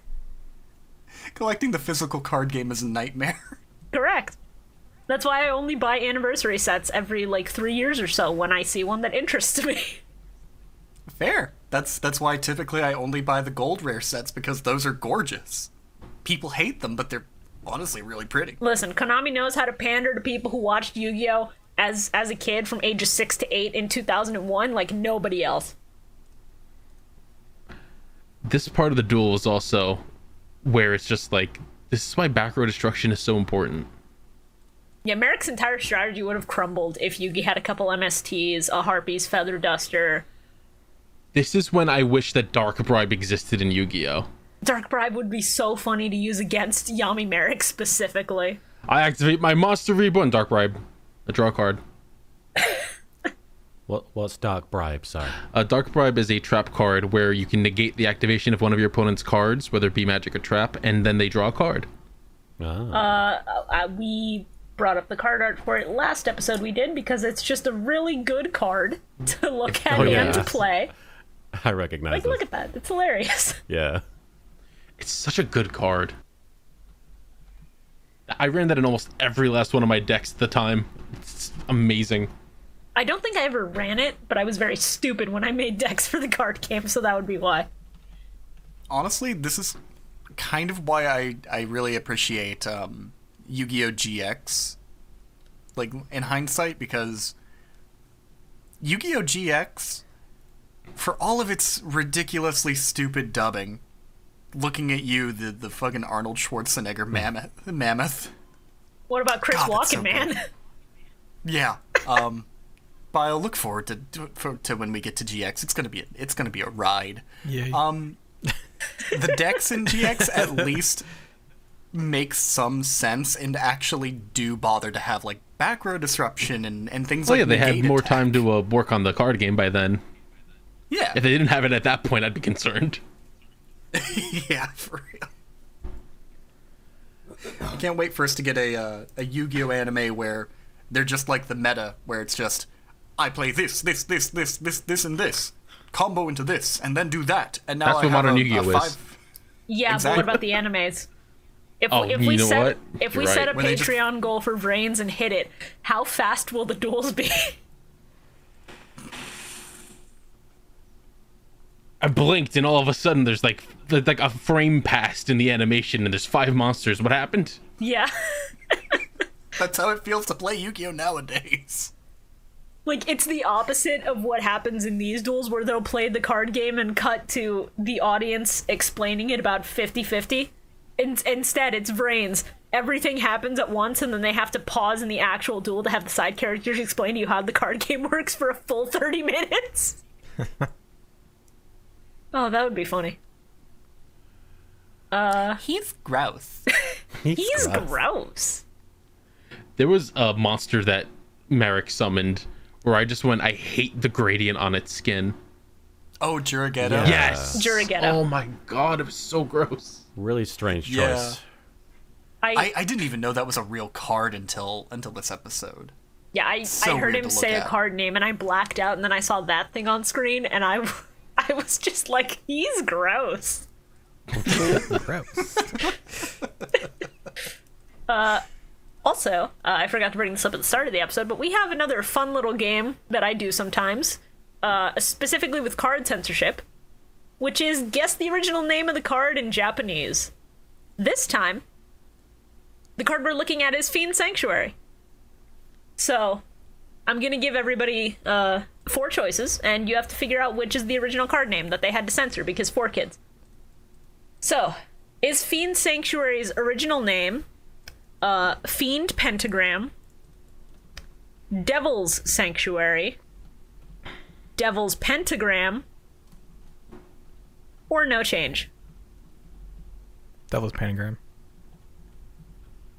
I'm gonna go ahead and assume that it's probably just Devil's Sanctuary because that seems tame, but just enough that 4 kids would be like, we can't let people know that they're devils. I'm gonna go with Devil's Pentagram.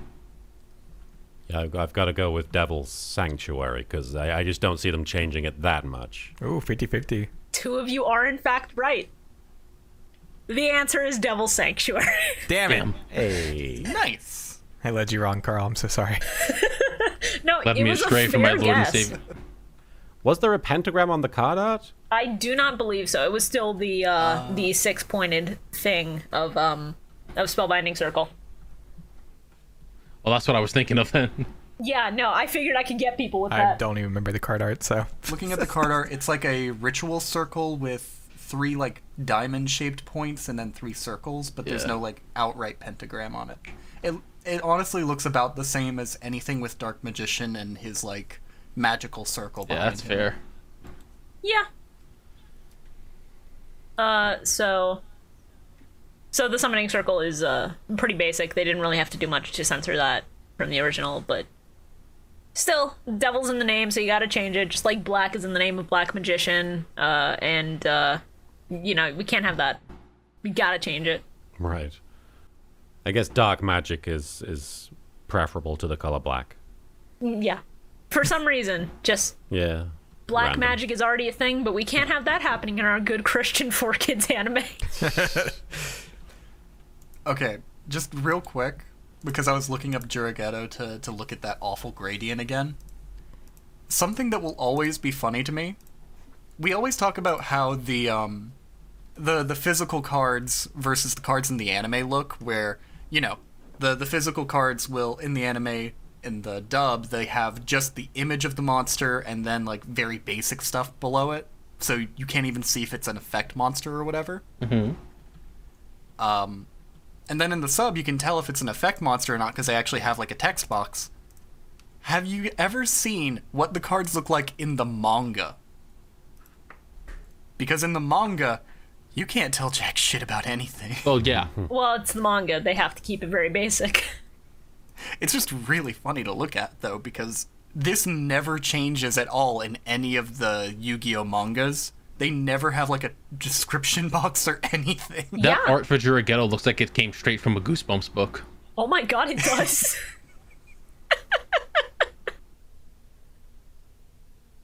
So, did anyone else watching this just Get excited see... when Slifer showed up? Well, aside from that, because you know we all got excited when Slifer showed up and Dan Green screamed and we were pogging. But when Yugi did exchange, which, great play. You love to see Merrick get cucked like that. But did anyone else just go, Merrick, why are you picking D-Fusion? Yeah. Yeah, he had a perfectly good Kuriboh in that hand, and he didn't take it. That really bothered me. Only evil people hate Kuriboh, so this checks out. That's true. If you don't like Kuriboh, you're a narc. What should he have taken? I don't know what... I admit I don't really play the game, so why is it bad that he took Diffusion? Well, no, it's just a strange choice. It was just a very odd choice, because if you see a hand of potential monsters and a trap, and you decide to go with Diffusion when you don't really see your opponent using many fusion monsters, I just feel like that's a little bit odd. But then they pull the bullshit that they pull later, which feels like a Duelist Kingdom level ass pull, and I'm like, okay. It was for plot. I get it. That's true. I hadn't thought that Yami doesn't really use fusion monsters. They basically had to have him pull a card that would, of course, help him later because... Yeah, because it's a 5-episode duel. You can't have it end 3 episodes in. God forbid any character in the anime ever actually have a dead draw. But also, he absolutely should have pulled Lil Kuriboh because, like, Lil Kuriboh... That was actually unintentional. I mean, Kuriboh is a little guy. He's a funky little guy. Yeah. A little guy. Look at his face. Look at his face. How can I say no to this face? That's accurate. That's pretty accurate. And also look at this face. You know Mokuba knows what's up. Blah. Blah. Blah. Blah, blah. Like blather. Oh, man. Mokuba, you're drooling again. Go, oh, God, go, no, go, don't go, get go. near me. Oh, God, no. Not on the coat. Not on the coat. I just got it washed. Oh. It did bother me that he didn't take Kuriboh. Understandably so. That was my choice for worst card play. I'm sure I was supposed to save that for later, but No, when he didn't take that Kuriboh, that's the worst part. When Merrick ignored our boy. You do not disrespect the boy. Hate to see it. Straight up could have just negated a whole attack from Obelisk and been safe. Yeah, but that obelisk play was totally calculated for it. It was absolutely essential for him to get owned so he could own Yugi later. That's true. I'm not owned. I'm not owned. You're owned. Yeah, so I'm just gonna say it here. I prefer Dan Green to the Japanese voice actor for Yugi. Because when the Japanese voice actor for Yugi is summoning a god card, there's punch to it, but it doesn't sound any different from him, like, shouting at Kaiba in their duel. It's not the same punch that Dan Green has when he's shouting, hold on, let me back up for this. Slifer, the Sky Dragon! Like, you don't get that same wild energy that you do in the dub. Yeah, I have to admit, I'm not a huge fan of the Japanese voice for Yugi in the anime. And yeah, I'll always side with Dan Green, because he does pronounce Slifer the Sky Dragon like it has about 10 R's in it. It is really funny how he emphasizes the dragon. It's like going from listening to English Goku all your life, and then like, I wonder how cool the Japanese Goku sounds, and it's a tiny little old lady doing a really good voice, but it's like, this isn't Goku. Yeah, it's... Yeah, I'll be honest, I'm not a Dragon Ball person, so not having any context or any real like connection with the product or the brand or anything like that, I'm just like, I don't understand the Japanese Goku performance at all. It's such a strange thing to me. It really is strange, and it makes sense when you realize that it's been one voice actress for the entirety of the character. No, like, that's what I call job child security. to adult. Yeah, really. Masuka Nozawa has done a good job. Like, the woman has done a good job over her life, but like, it can be really surreal for people who go from the dub to the sub. I even had that for a while, but honestly, I will say this. Say it. Not counting the English dubs, not counting some of the early English dubs for Dragon Ball, there has never been a bad voice for Frieza. It's true. And that is absolutely including your Frieza voice that you did for Team 4 Star's DBZA, because it's still fucking iconic to me. I really appreciate that. It's a huge honor to play that character and to be embraced by people as that character, because like I said, I don't really know much about Dragon Ball, and it was very intimidating to be given that part, even in a parody, because I've known that to be an iconic villain for a lot of people, and I'm very humbled to be talked about in the same breath as like actual legit dub performances of the character. So thank you. Like, I mean every word of it, because honestly, half the time when I'm thinking about Frieza, my inner voice for it goes immediately to yours, because you really have managed to, over the years, capture just that perfect level of villainy with Frieza's voice. And I'd be lying if I didn't say that you've honestly been a major inspiration for me for like doing voiceover as a hobby and everything, because my early years through high school, one of my like favorite things to do would just be watch Yu-Gi-Oh! Abridged, watch DBZA, and just try my best to try and find a way to mimic those voices. And I think after a while, I got pretty decent at it. Of all the voices, why'd you pull out Tristan? Because Tristan is the easiest for me to do. And it's very endearing. But yeah, I also have been a fan of yours for a long time, so I do appreciate you agreeing to just come on our funny little podcast and watch Yu-Gi-Oh! With us and talk about it, because I'm still upset that I can no longer watch Bonds Beyond Time Abridged because of the Jack Black copyright claim on the third part of it. Oh yeah, it's a shame, but I do appreciate that, guys. Like I'm very grateful to be on the podcast with you guys, because at the end of the day, I'm just a Yu-Gi-Oh! Fan, you know, that got known for being a fan, and I don't ever want to forget that's ultimately what made me a known entity. And it was really just from my expressing my love of something that I genuinely thought people would just sort of scoff at and be like, oh, he likes Yu-Gi-Oh, that's daft. But it really has turned into something bigger than I ever intended it to be, and I'm very happy that it's had an ultimately positive effect on people. And I was the same way as a kid. I used to just watch cartoons and try and imitate the voices and just try and I was mostly just trying to make my friends laugh with them, but it really ended up being something that helped me, and I'm happy to have had any kind of positive influence on you guys and the rest of the fandom, and it's a really cool thing to be part of. Except when you ruin the fandom. That is true. I mean, how many fandoms have you ruined at this point? I've seen that account. So many fandoms.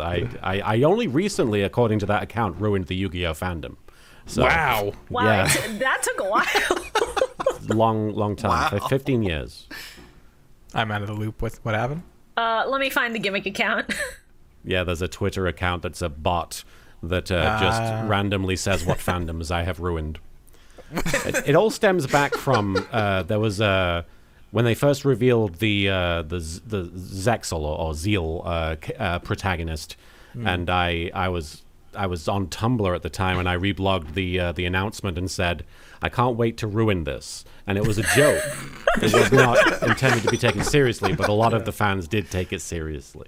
There's the account bio. I remember that tweet. That tweet was really funny. Fandom ruiner. Yeah. Yikes. Honestly, though, like, I can only really speak for myself here, and I think, to an extent, Shibuya and I have talked about this multiple times over the last week or so, but ever since Carl, like, reached out to you, we've been joking for at least a couple of months now, just, man, wouldn't it be awesome to have little Kuriboh on the podcast? Yeah. 'Cause Never did we think that it would be an actual opportunity that we would get, so... I'm sorry I sound like a broken record, but again, thank you for coming on. Well, thank you for having me on. I really do appreciate it. I know I've been vibrating with excitement like all week, just waiting for the week to end to get to today. I have been planning this since we got into the virtual world arc, and hoping that you would say yes. Which one, Carl? Yes. God damn it. Oh man. Anyway, I'm sorry to ruin the good vibes and good times, but I need to discuss how much more of a creep Merrick is in the sub, because he does more just tongue out noises, just a Would you fuck me? I'd fuck me. I would not. Get out of here, Merrick. No. Goodbye, Merrick. I'm gonna kick you off the duel tower, Merrick. I'll drop kick you. I'll do it. He, as the duel is Buff beginning, Taya just jumps over and drop kicks him off the tower. Oh, absolutely. No, Taya goes full live action Scooby-Doo and just like holds onto the railing and just like does a flip and then kicks him through the floor of the duel tower. There you go, Yugi. I've saved the world for you. Now go down there and grab the rod. I want a divorce. But, Yummy Merrick, as the duel is beginning, before he's even done the Shadow Game thing, just goes, today's a banquet of darkness. Let's feast on our sacrifices. And I'm like, can you calm down, sir? I understand you're a maniac, but please, chill. It's very extra. And then... Oh, God. Again proves himself to be a complete masochist, because he states, and I quote, victory and defeat are the boundary between pleasure and pain. Don't like that. Wow. Like, keep your kinks out of Duel Monsters, Merrick. Save him for the later seasons. I mean, given that duel against Mai. He also just Say full on what? moans and laughs. Wait, what, Shora? You say that, Shibuya, but do you remember the duel against Mai where he had monster cards that literally just bondage. bound I know. her? Yeah. His deck is nothing but Kink, the deck. Yeah, and that's why I dislike it a fair amount, except for Raw. Raw is okay. Which makes sense, because then at the end of the duel, he always summons his giant chicken. Oh, Yeah, God. good point. Bio, did you have to think about it for a second? I did, yeah. I'm so sorry. Regrets.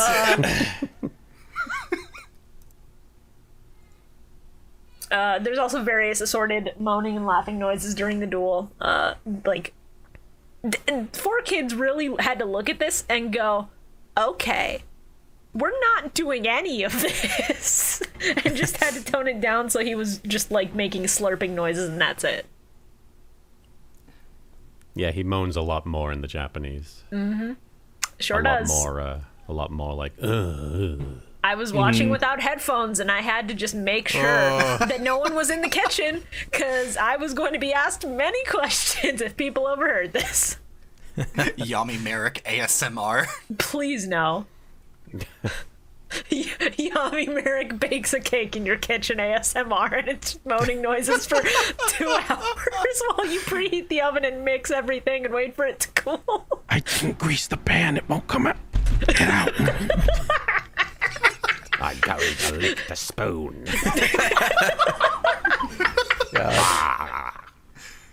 Now gently crack 2 eggs into the bowl and violently whisk. This pan is not greased. I need to use the Millennium Rod to unstick it and you hear scraping metal noises. Preheat the oven to 4,000 attack points. Get out your Millennium Whisk and gently whisk the flour into the mixture. My first batch of cupcakes have burned. I use Monster Reborn. Oh, man. And when all else fails, Picks up the phone. order takeout. And then in the background, occasionally you can just hear Bakura laughing at, I don't know. What would Yami Bakura just be watching in the living room? Cannibal Holocaust. Fair. There you go. Fair and correct. I was gonna say as above, so below, but yeah, fuck. I was thinking some shitty reality TV show where he was laughing at people's misery. Survivor. Oh, 90 Day Fiancé. Okay, what is the thing with Survivor like having this huge comeback? I You don't guys know. notice that? People just like Survivor. Apparently. A couple of my friends were just like binging it, and I'm like, what happened? And then like a new season came out. the Sky Dragon. Imagine Survivor, but you have like the Yu-Gi-Oh! GX thing of the different tribes are raw, yellow, obelisk, blue, and slifer red. I would vote off That was- Chumley so fast. No, Chumley! The immunity item That was is Kaiba's Ojama first King. fucking... Oh no. That was Kaiba's first idea for Duel Academy. It's just Survivor, but for duelists. That's why it's on an island. And then Mokuba goes, Seto, I think that's illegal. Seto, that's a great idea and all, but maybe throwing children into an active volcano is not a great idea. How would you No, know, Mokuba, it'll be Mokuba? fine. Let's run it through the test first. We'll throw them on this island that's not Duel Academy first. That's all riff-raff from the streets, Mokuba. It's fine. Everybody who's not Jaden had to enter Duel Academy by living through a Survivor challenge and finding the map to a boat to row over.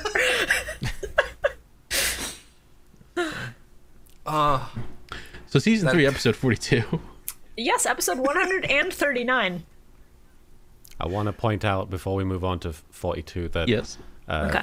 Toward the end, Joey, when he's talking about Winged Dragon of Ra, he says, "That thing is nuts, and I ought to know. It knocked me out cold," which suggests that Joey has been knocked out cold by nuts in the past. You're right. He just my goes last note on for that nuts episode and was then has a just- PTSD flashback. Indeed. He's helping out Solomon Moto, and he's like, "Oh, look out, Joey, I dropped my nuts." Yay! He just has a giant jar of nuts. You dropped you what? And then it hits him in the forehead and he just falls flat on his Why'd you ass. have a giant jar of acorns up there for the winter? Hey Joey, would you like a bag of wonderful pistachios? Hey, get that away from me. You keep your cashews away from me, Grandpa. I don't want that. Pistachio, no. That was my dad's name, Joey. Okay. So I'd like to start off this episode by saying that I recognize that animators go through hell and back to give us the shows that we enjoy.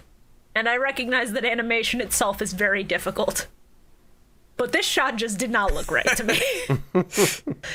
Everything about it, from the angle of Yugi's hair to the way that the hair just cuts off at the back of the neck as if to suggest it goes further under his collar. And people say camouflage doesn't work. You can barely see him standing there.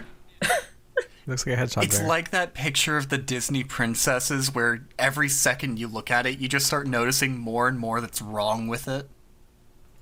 Yeah. I am a Disney princess. That's true. You see him in Wreck-It Ralph 2. He just said no to Wreck-It Ralph 2 because he didn't have the time. Oh, well. He's in. Wait, what? I don't Really? do sequels. That's why he's barely in GX. Or Dark Side of Dimensions. Correct. Ooh. Totally.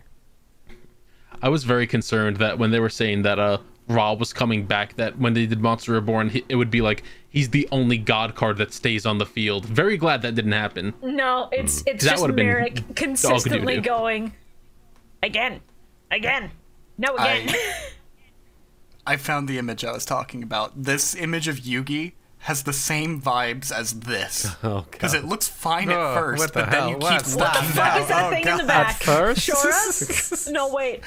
More things are getting worse the more I look at it. Nope, What the fuck? I refuse to look at it. I'm not looking at it.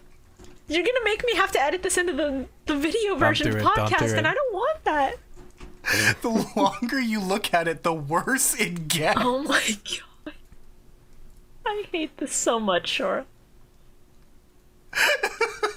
This is so bad. I was wondering why no one knew about Ra's ability where you sacrifice your life points to feed them to Ra and make it stronger. And then I remembered, oh right, the only one who saw that was Bakura, and he's dead now. Yep. Kerr's dead? What? Bakura's in the Shadow Realm, didn't you know? No? You've been dead. Bakura lost a Shadow game to Merrick Oh, before the God. Virtual World arc. Yeah, he lost a game, and now he's Slav squatting in the Millennium Yeah, Puzzle. there's a piece of him just like vibing in the puzzle, watching this on a big screen, eating That some, sucks. I don't know, puzzle popcorn or whatever.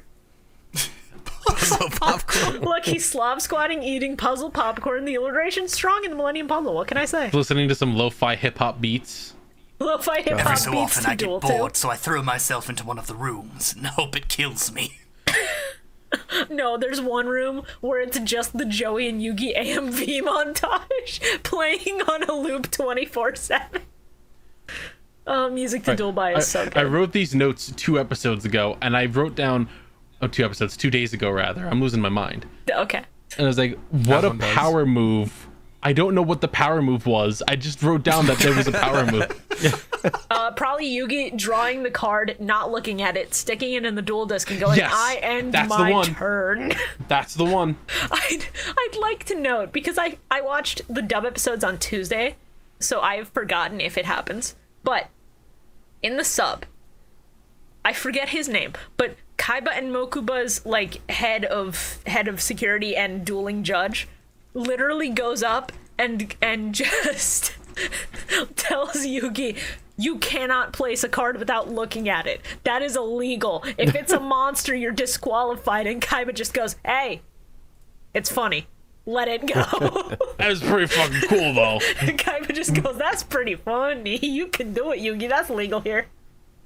I really do love the idea that Yugi's just like, I'm going to play this without knowing what it is. Puts it in the spell and trap card zone, and the duel disc just goes, no. Yeah, Monster card. I had the idea of, what if he flips it and it's a man-eater bug or something? Like it's just not only a monster, but a like weak monster. Not so fast, Merrick. I activate my trap card. Kuriboh? Just as a little wave. It's like, what the fuck am I doing here? What's going on, guys? It's me. And then he gets violently zapped for being in the wrong zone. No! And then Merrick just laughs and goes, that was pretty funny, Pharaoh. Now die. That was pretty. You know what, Pharaoh? You deserve to win this. I'm done with world domination. Maybe the world isn't worth destroying. Maybe there's some good things here. If anyone could teach him, it would be Kuriboh. I will say that Yami Marek does make a point of holding up the Millennium Ring, speaking of Bakura, and he's like making a big deal about how he's already sent Bakura to the Shadow Realm, and he's collecting the Millennium items now. And Duke and Tristan have a little back and forth where they're like, oh, Bakura must have been sent to the Shadow Realm. And it's like, they only just realized this about their friend like a season later. Their good friend Bakura. Bakura from school. Bakura, who they very clearly care about equally to everybody else in the friend They're group. a good friend. I mean, I'm pretty sure the only one who actually knew was Yugi, because I think he walked in on it happening. He walked in at the very end of that shadow But game. I'm surprised no one else was like, oh, that's what happened to Bakura. We just sort of thought he locked himself in a closet and died, and we just sort of moved on. we just sort of thought he got stuck in one of Kaiba's doorways. We thought he fell off the edge at one point, and we just sort of didn't care.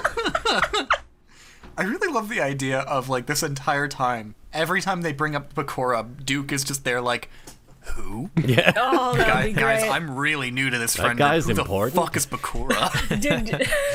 Dude just going, wait, who?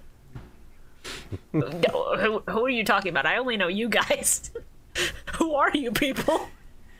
You know, our friend Bakura, who tried to kill us multiple times. Hey guys, that's not a friend. And then, What are you talking Tristan about? just goes, what do you mean? You did that. And Duke goes, What are you talking about, Fair Duke? point. You tried to do the exact same thing. No, I just put Joey in a funny monkey outfit. dog. Dog. Tristan was the monkey. You're right. Oh, right. Your clown father tried to kill us. And then Duke goes, what clown father? I don't have a clown father in this anime, and then winks directly at the camera. That's who Mark Hamill should play. There you go, that's it. Actually. All right, Mark, we're gonna have you play a Yu-Gi-Oh character. Oh, cool. So I get to do a new voice. No, we just want you to do Joker again. Man. I'll get you, Solomon Moto! There you go, perfect. And cut. Thank you so much, Mark Hamill. We cannot afford to pay you, so would you accept drinks at the bar down the street? You want a steak dinner?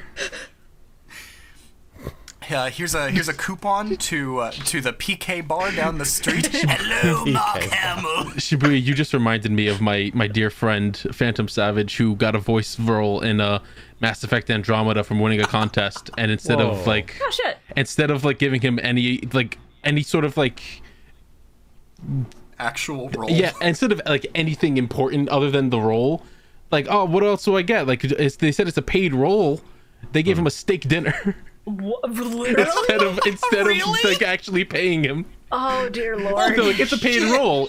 Steak, yummy, eat it I up. mean, Oh my god. as much as I love a good steak dinner, that doesn't seem right, Chief. That's what, like $30? If you go to a cheap place, I would hope they at least did like a $40 steak. Wasn't the voice role that he ended up doing like a multiplayer character or something, or like NPCs? I don't remember. I think it was an NPC. Yeah. I feel like I remember it being like a Krogan NPC or Yeah. something, and those typically have a bunch of different like sounds that they have to go through, like with the different like grunting noises and like oh no. Just a warning to all of you out there: if you go for any voice things like that, if they don't give you money, you burn their office down. Wait, maybe not that one. Yeah, no, Maybe scale it back a little bit. Break the windows of their cars. this has been another episode of Carl Gives Questionable Advice. Solid if you wouldn't get arrested for an advice. Well, listen. Burn down their email inboxes with strongly worded complaints. There you Not go. too strong, Yeah, though. that's better. Also a lawyer. Yeah, potentially a lawyer. That one's actually fair and sound. I love the panic in Merrick's voice when he realized that Ra's attack was coming back at him. Yeah. Oh no. Ra won't destroy no. me! Oh no. Think no, again. No. And Yami's just like, wanna bet, bitch? I was just like, oh, that was a crazy quick 5-episode duel. Glad we got to see it end so soon in such a cool way with a cool son of a bitch. Duelist Kingdom level bullshit. In case you were wondering if this dub was recorded in the early 2000s or not, Taya says, "You go, boy," which is a play on "You go, girl," I think. Yeah, no, it is. And I heard that, and I could feel my soul leaving my body. They missed a perfect opportunity to make it a play on "You go, Yugi." Honestly. And the only good thing that came of the Duelist Kingdom level ass pull of storytelling is the shot of Merrick entirely in silhouette with the hole in his eye. And then it stitches back together, and then he fades back in. That is... It was really good. So good, visually. I can't believe they did this shit with diffusion. I should believe it. Right. That explains something, because I wrote in my notes that there's a weird rainbow effect when Ra disappears, but I assume it's because it's diffusion doing it. It's like it disappears with like a big rainbow like cloud, and I'm like, what? Why did that happen? But it's because of the diffusion. Yeah, either diffusion or because they're holograms, so it's just like the projection disappearing. There's really no rhyme or reason to it. It just looks neat. So anything that looks cool, I just take it. Kaiba's all about making things look neat. Speaking of things that look neat, Obelisk. Yeah. Yeah. Just Obelisk. I mean, one of the coolest looking monsters there. You're not wrong. I still hold that Slifer is the coolest looking of the God of course. Cards. Definitely. I still hold that Ra is my favorite, but Slifer and Obelisk are also really cool. You can be wrong, it's fine. Ra is absurdly cool. Like, my thing is, like, unless it's an actual person, I don't care that much about big buff obelisk monster man. I care more about big cool dragon and big cool phoenix dragon. So Slifer and Ra, they're just like... Slifer and Ra, sick dragons. Obelisk, a jacked dude who happens to be blue and wearing, like, this armor. Yeah. Plus with Ra, you get the funniest, like, alternative card in the TCG. Ball. In, yeah. Well, not even just that, but, like, the Wicked God card versions of the original the Wicked gods. Avatar. Oh my god. The Wicked Avatar is just a black ball. I love great. the Wicked Avatar that's so funny. much. It's so good. Fucking funny. I got that from an issue of Shonen Jump, I think. Yeah, they originally released them in Shonen Jump because the Wicked Gods were a manga-only thing. And now that the new TCG set, King's Court's out, they're releasing them again as non-foil rares. They're so good. I have like 6 copies of each of them now because of all the cards I've opened. Nice. It goes into a bit of the next episode, but seeing Yami Merrick get the shit beat out of him and seeing this face felt so good. Oh, it's so good. Oh, yeah. I was just laughing when it ended on Merrick being blown away by the power of "Here comes a giant fist," and then when the next episode opens on the best animated shot of him flying through the air, spinning and just landing on the floor face first. I had to pause to do something and paused on this face and almost fell over laughing. So good. That's really good. When they go hard in this anime, they go real hard, and it's real good. Also, I can't remember which episode it is that this shot comes in. I need to get like a full stitched version of it, but I've been waiting to talk about this ever since the intro changed to this version for Battle City. This shot of Merrick putting a card on his duel disk is just fucking sexy. Really good. No, the animation, because Yu-Gi-Oh! Is an anime about people standing there yelling at each other while big monsters do the actual attacking, when they do really well animated hands, they go all out on really well animated hands. Like, when Merrick does the... What was it? It wasn't Card of Sanctity. It was the one that they both draw 6 cards. And Yugi just quick fire draws 6 with a couple fingers and then pulls them out. Oh, I was just like, oh, that's so well animated.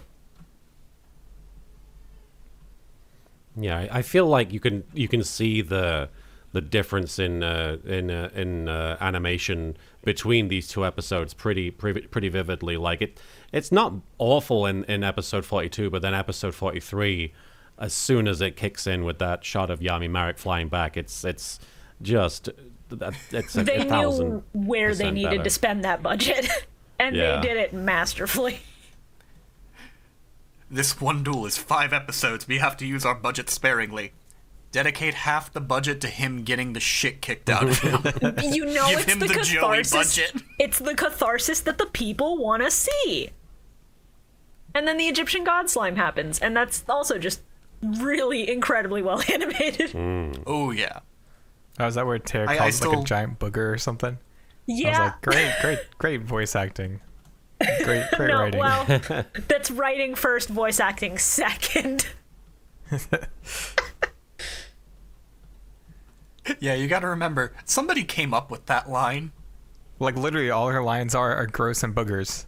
Like in this whole fight. Real like, mature there, Taya. Man. Teo, what's your input on this duel? He's gross.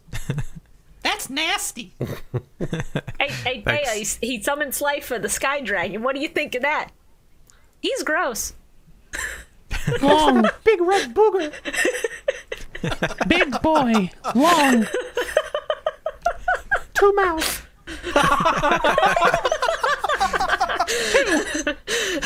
Merrick keeps summoning and resummoning Raw with Monster Reborn, and you just see Taya go, look at all those chickens. And it's just the one chicken, but she's barely been paying attention, so she sees it in different forms like Ball and Phoenix and Normal, and she's just like, wow, so many chickens. I don't get it, guys. Why does he have so many chickens in his deck? Yeah. Merrick pulls out the Egyptian god Phoenix form, and Tea's just like, hot! Bright, hot, scary. Don't like it. Fire burn bad. It's like looking into the sun! Oh my goodness. I forgot that I just had a note for this episode where I just wrote cinematography. Because I was just not taking notes for the first like half of this duel, and I was just like, damn, shit's pretty, let me write something, and it's that. Cinematography. God. Feel good to move to episode 43? I mean, Weren't we just talking about 43? I thought we were already talking about 43. Oh god, I'm losing my marbles. Yeah, because this duel goes on forever. Episode 140, by the way. Yeah, 40. no, Carl, if you Oh, mean the yeah, one where 'cause of the Merrick face. immediately starts by landing face first Yeah. after spinning, yeah, we're on that one. I really like the way Yami Marek is shown in this episode as well. Like just everything from obviously his facial expressions to the way he's standing. He's kind of like his legs are kind of like bending as the further down they go. Like he looks like he's gonna like he looks like he's not standing of his own free will. He looks like he's some sort of doll that's been twisted. Yeah. Which is fitting. The shots Yeah. of him just shrouded in darkness were really fucking cool. Oh yeah, they put a lot of really good shots of Yami Marek in here, and it for the people who like Yami Marek, it's good. You're eating good. This is what those people wanted. Aside from the part where he eats shit and lands face first time. At the very Some people want that. No, that's correct. true. That's me. I'm some people. I wanted him to just eat shit. So I was happy. I was really hoping when they had the dramatic music swell, when they were like zooming in on Odeon's face in the middle of the episode, that was going to be him opening his eyes. And then it just cuts to the tower, and I was like, man, come on. Unfortunately, not yet. But the Merrick and Odeon scene, like in the dub, I was just like, wow, I did not expect to be moved at the end of Battle City like this, but goddamn. And then I watched the sub, where Merrick is like 10 times more genuine about the whole thing, and his last line before like fading is, whether you're alive or dead, head towards the light. And I was actually holding back tears at that. Like, wow, Yu-Gi-Oh! Gets emotional when it wants to be. Meanwhile, in the dub, Hey, bro. Sorry I was, like, super fucking evil. I was kind of an asshole. Meanwhile, in the tub, hey, pal, I'm sort of dying here, but I did owe you those $20, and I wanted to say they're in my pocket. Good luck fishing them out from my evil half. He has a knife in that pocket as well. So, that's it. Peace out. I've got, like, a bottle of CBD gummies in the other pocket. You're free to them. Yeah, I love it. My first note is just like, hey, Merrick, maybe don't remind Yugi of all the terrible things you did to him while he's trying to save you. Well, it just like flashes back to like all this stuff he did, and I was like, maybe don't tell him that. I mean, Merrick, I'm a bastard. I'm a mean little boy. And Yugi's just like, oh, listen, I don't care. Like the point of that is to show that despite everything he's done, Yugi is willing to be the better person. Mostly because Shizu asked him to. But, you know, Yugi is the kind were of it not dude for your who... sister, I would put you in the ground. Yugi is the kind of person who will still go out of his way to help people who have hurt him in the past. Like, that's no more evident than it has been with Seto Kaiba. I also think that at this point in the story, Yami Yugi kind of realizes that he has a responsibility in all of this, that things that happened in his past that he doesn't really know what they are have had long-term repercussions for this child that is lashing out because he's been kept underground waiting for a guy that doesn't even know to come back to life, and he's not necessarily directly responsible, but he has some responsibility in this, and he has to face it. Yeah. It really is kind of funny to think about the Pharaoh having to listen to Merrick and just be like, ooh, so I made a decision in the past that kind of fucked you over, huh? Well, on the bright side, at least your dad's in the Shadow Realm. Meanwhile, the sub constantly, like no less than 4 times in these last few episodes, cuts back to small evil Merrick stabbing his father with the Millennium Rod knife. Yes. Shadow Realm. That's where he is. I mean, that is what you could call hell, Papa. Cutting back over to little Yami Merrick, just like, Yes! I still hate that you have that on a soundboard, Carl. I just thought that was him. No, he took that snippet from that episode and just has it now and plays it. Which is funny, but like... oh, the evil. Eventually that's gonna stop being as funny. I don't think it's ever gonna not be funny. I went to a convention in Finland, and there was... it's the only time I've ever seen it, but there was a person cosplaying the child version of Yami Marek in those in that robe, covered in blood, holding the Millennium Rod knife, and it's actually it was really kind of frightening to see because it was a very effective cosplay, and they just turned around and saw me and held up the Millennium Rod and went, "Little Kuriboh!" And I was like, "Oh my god, this is terrifying." I can imagine how scary that's gonna be. I'm thinking, that's fucking terrifying. I'm just thinking of that one commercial, which I don't know if everyone here has seen it, but it's Alyssa Milano just doing one of those, like, you know, feed the children ads, and she's just going, "What would you do if there was a child right in front of you?" And I'm thinking of that kid running towards you with blood on their robe and Millennium Rod knife. Just I would run. I Yes. would run, Alyssa Milano.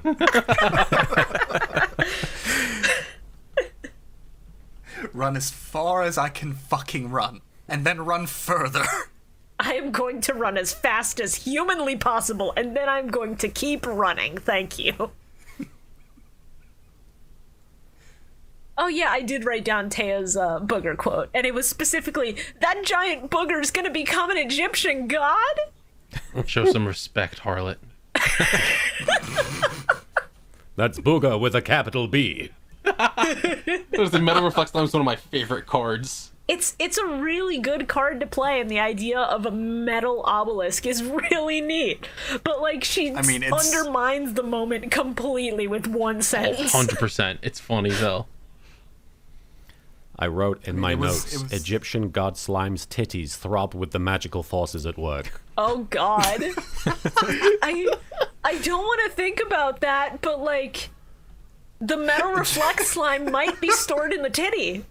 Egyptian god slime, except Egyptian god slime, except its titties bounce, and they give it that anime titty bounce sound effect. I hate it. Yami is blushing every time he looks up at it after it receives an attack. Because like you just see the pecs jiggling for 5 minutes afterwards. I need you to just imagine for a moment what's going through Obelisk's head as he sees this, just like, what the fuck? Is that me? Heresy. Oh my God. Obelisk's brain is, would you fuck me? I'd fuck me.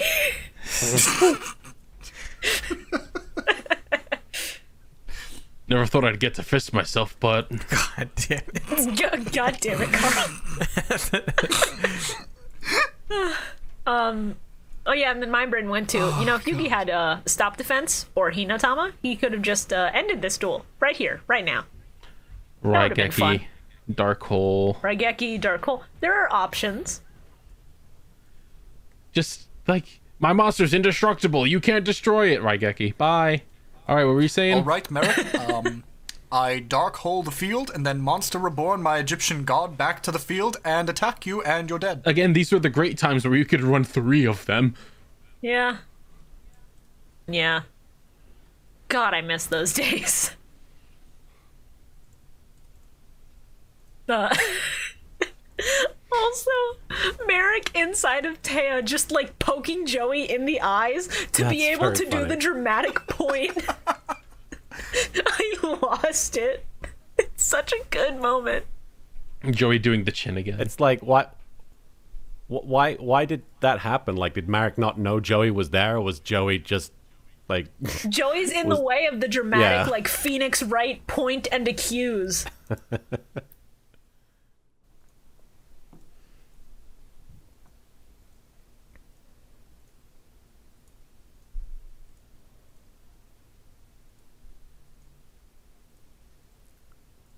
Yes.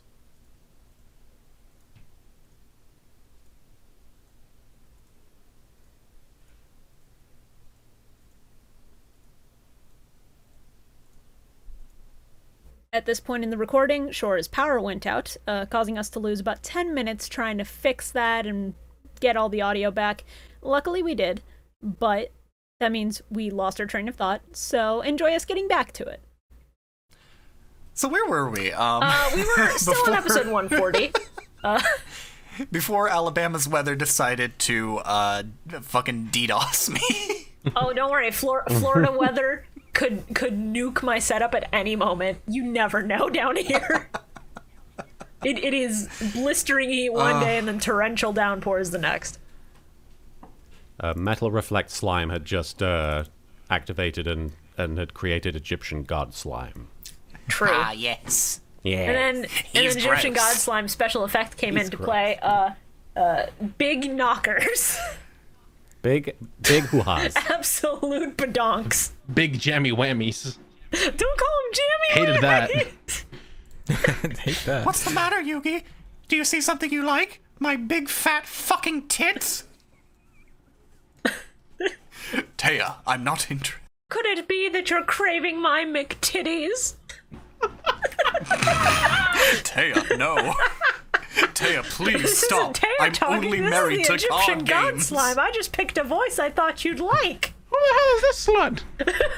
And Who the fuck is using my voice? There can be only one. and then Egyptian God Slime punches her in the field. Oh god, why are there so many of me around here now? Oh fuck. Oh shit. God, now I'm imagining Yugi trying to use multiply in like a social situation to make multiple Tayas. Yugi, I want to marry you. Multiply. Oh god. Now I have a harem. Yugi, no, we've talked about this. They all just they're all just talking in the abridged voice, and he immediately goes, "Oh no, I fucked up." No, you have one Taya that just speaks in la la la la la la. Everyone just going hamana hamana hamana hamana Hamana, hamana, hamana, hamana, hamana. One of them is Crump. Oh no. Same brain strikes again. Hamana, hamana, hamana, hamana, hamana, hamana. Getting my rocks off. Yugi, do you like penguins? No, not particularly. We did not have them in Egypt. Not yet. Not with that attitude. Taya, why do you sound like Marge Simpson? Crump with you, yummy.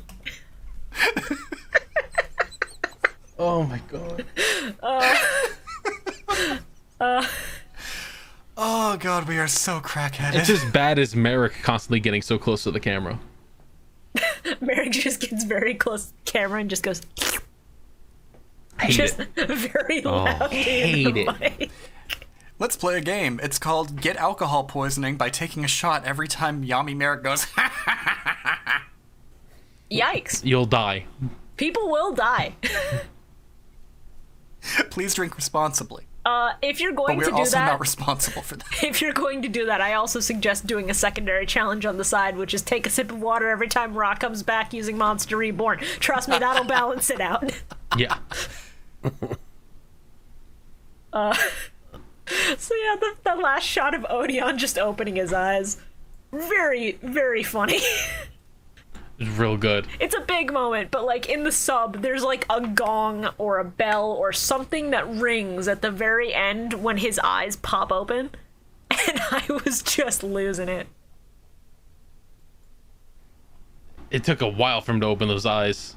It did. It's just like, yeah, and then they finally open. It's like, yeah! Imagine if they'd done the complete opposite. They just keep zooming in and then end the episode without him opening his eyes at all.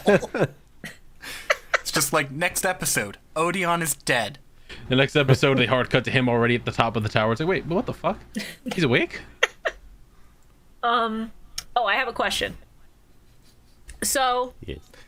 when Merrick summoned Boganian, did anybody else immediately just think, yeah, that was an assault rifle that they censored? No. Yeah? No. An assault rifle. Because the way that it shoots at Yami at one point, it looks like it has knockback, as if it was a gun that they had to censor out, like with Barrel Dragon. I only know that it wasn't because it, like, I've seen the monster before and I know it has a bow. Okay, yeah. Because I looked at that and I went, yeah, that could be a 4Kids edit. I remember the punch glove gun from One Piece. This could easily be another Barrel Dragon situation. Oh, it's my favorite and then thing I in watched the the world. sub and it's the same, and I'm like, oh, that's just a really funky looking crossbow. Okay. If it had a gun, would it be called Gunganian? Yes. And then it would just go, Misa, shoot you now. Misa gonna take all your life points. Oh my god. Misa send you to Shadow Realm. Now I'm just thinking of an edit, which is just Jar Jar of Greed. Jar Jar. No. Jesus. Take 2 cards now. Misa, draw 1 card. God. I hate it so much. Okay. We need to move on before we get stuck in Jar Jar hell for another 10 minutes. Season 3, episode 44. Episode 141.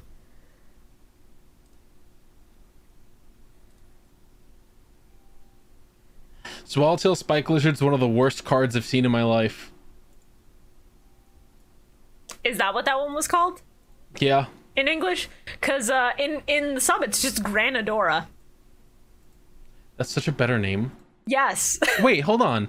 Hold on a fucking second. Wait, what? I see Granadora here for English also. What do they do? What are they saying? What's happening? Wait, what? I see an English printed card that says Granadora on it. Oh, But the Yu-Gi-Oh wait, page shit. also says Swallowtail Spike Lizard. Yeah, that's also what I'm seeing. So maybe... Like, there's the Yu-Gi-Oh! Wiki page.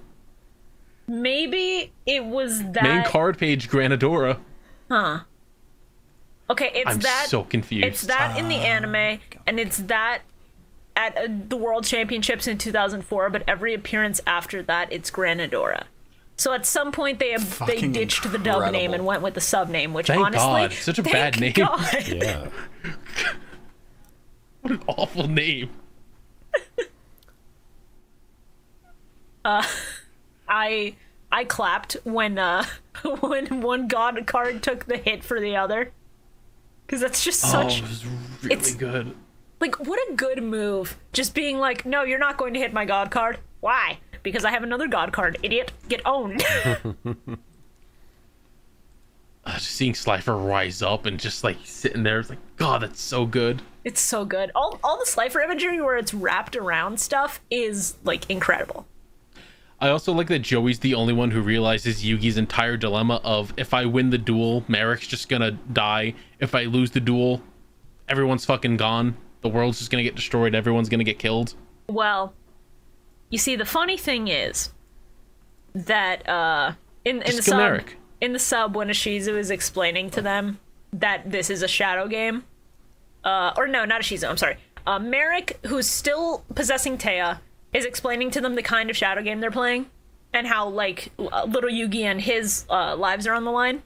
And Joey just nonchalantly drops a line that had me disgusted. He just asks if the duel was like his and describes his duel as being connected to your monsters through an umbilical cord. Oh. I don't like that. Like, being connected to your monsters through a thread was enough, Joey. You didn't have to go that far. Yeah, you remember. It was that time that me and Baby Dragon were connected, and Baby Dragon got all of my IQ. No. Is this like my duel where Baby Dragon was my mommy? Oh no, Shibuya, I'm gonna post concussed Baby Dragon. Stop posting concussed Baby Dragon. I told you there'd be consequences, Shora. I'm begging you. Please post him at his best, not at his worst. Joseph put me out of my misery. All right, Shora, here are the consequences. You're getting stoner serenity. Yeah. There she is. There's my sister eating Taco Bell with an entire bucket of sour cream. God. What inspired that?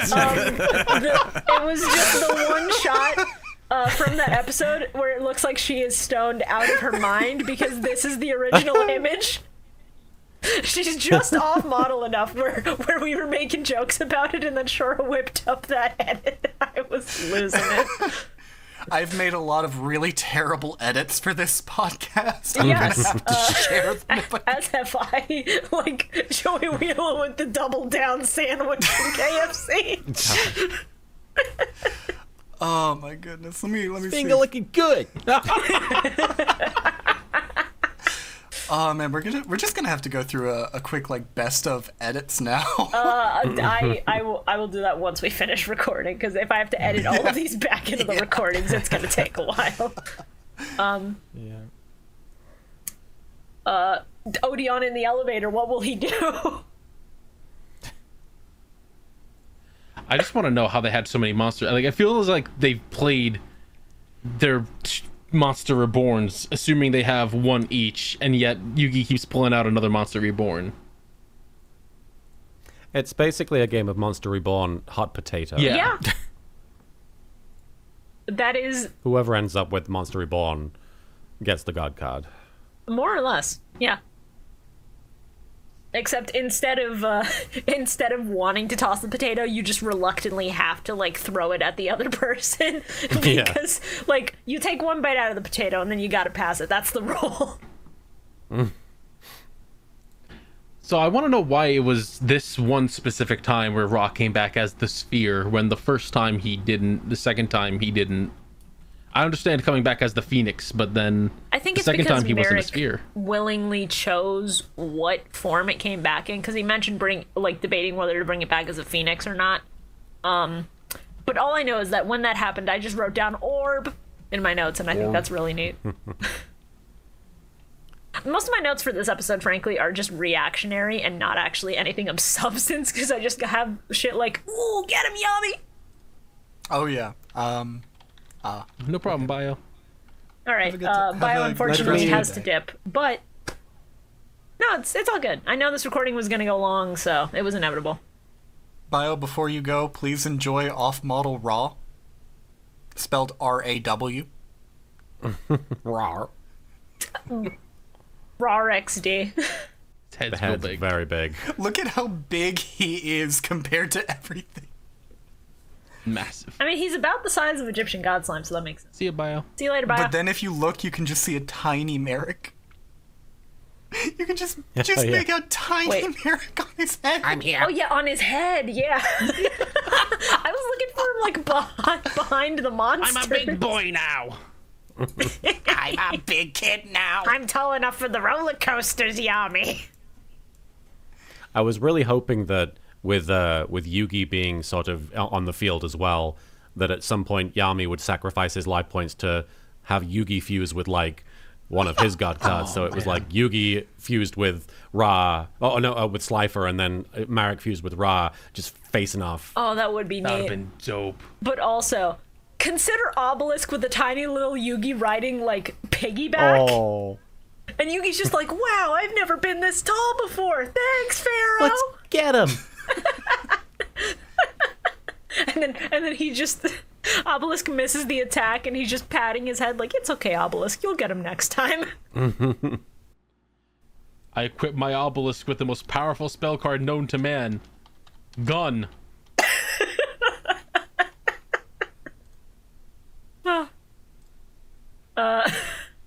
The fact that when Obelisk is in his ultimate infinite attack point state, it's just like purple. Oh, it's so great. My big purple boy.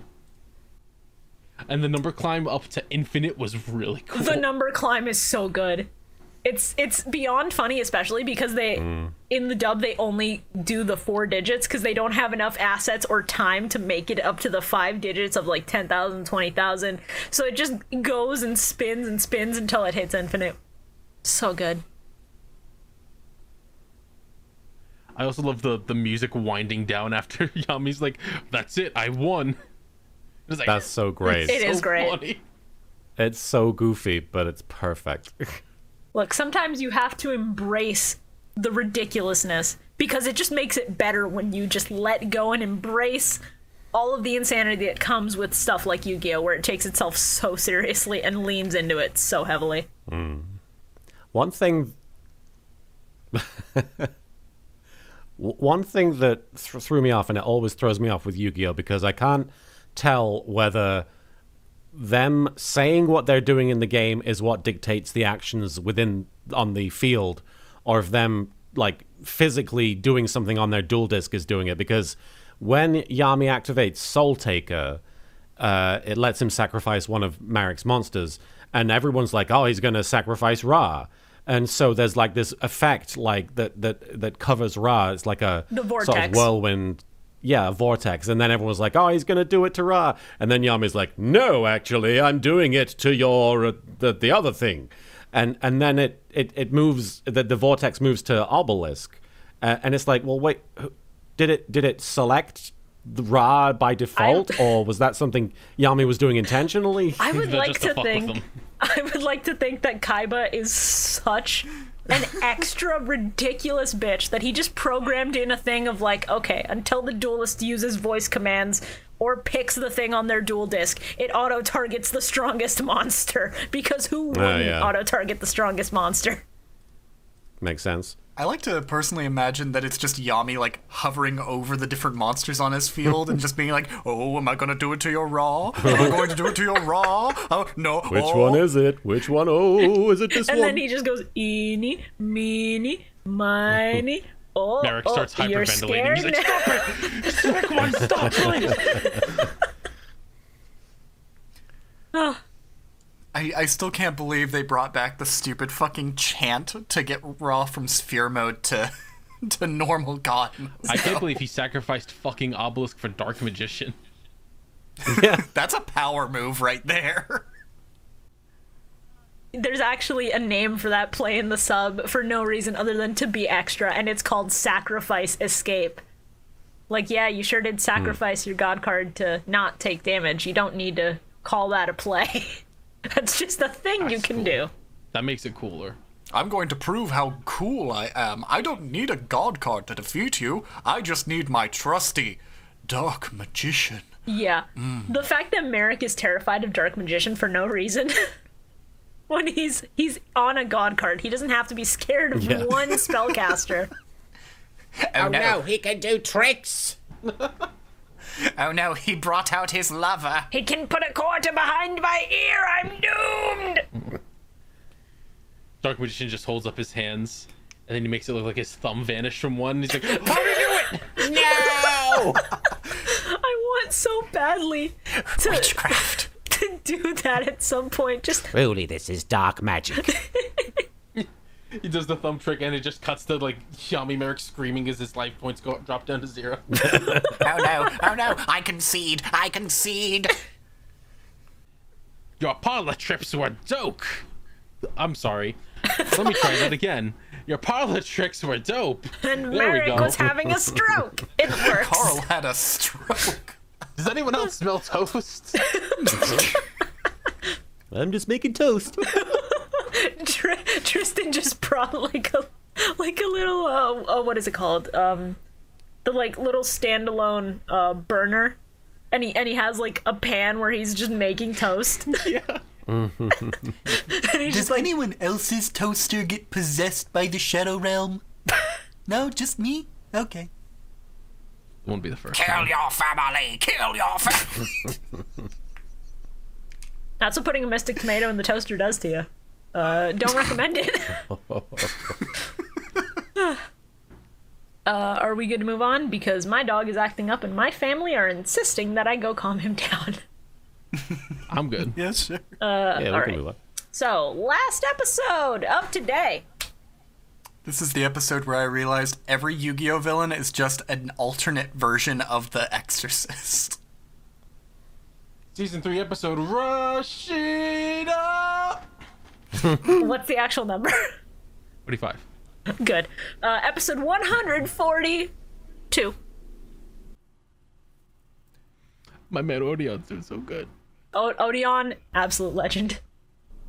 Odeon's trying real hard to reach out to Marek, and Yami Marek says, "The Marek you once knew will soon be extinct." And it just made me realize that Mareks are an endangered species. What would you do if there was a Merrick right in front of you? I would run! Alyssa Milano. That's the correct answer. Every day, another Merrick dies by playing a card game. Only you can help save the Merricks. They're like the Galapagos tortoise. Donate They're a pair of dying. your leather pants today and save an endangered species.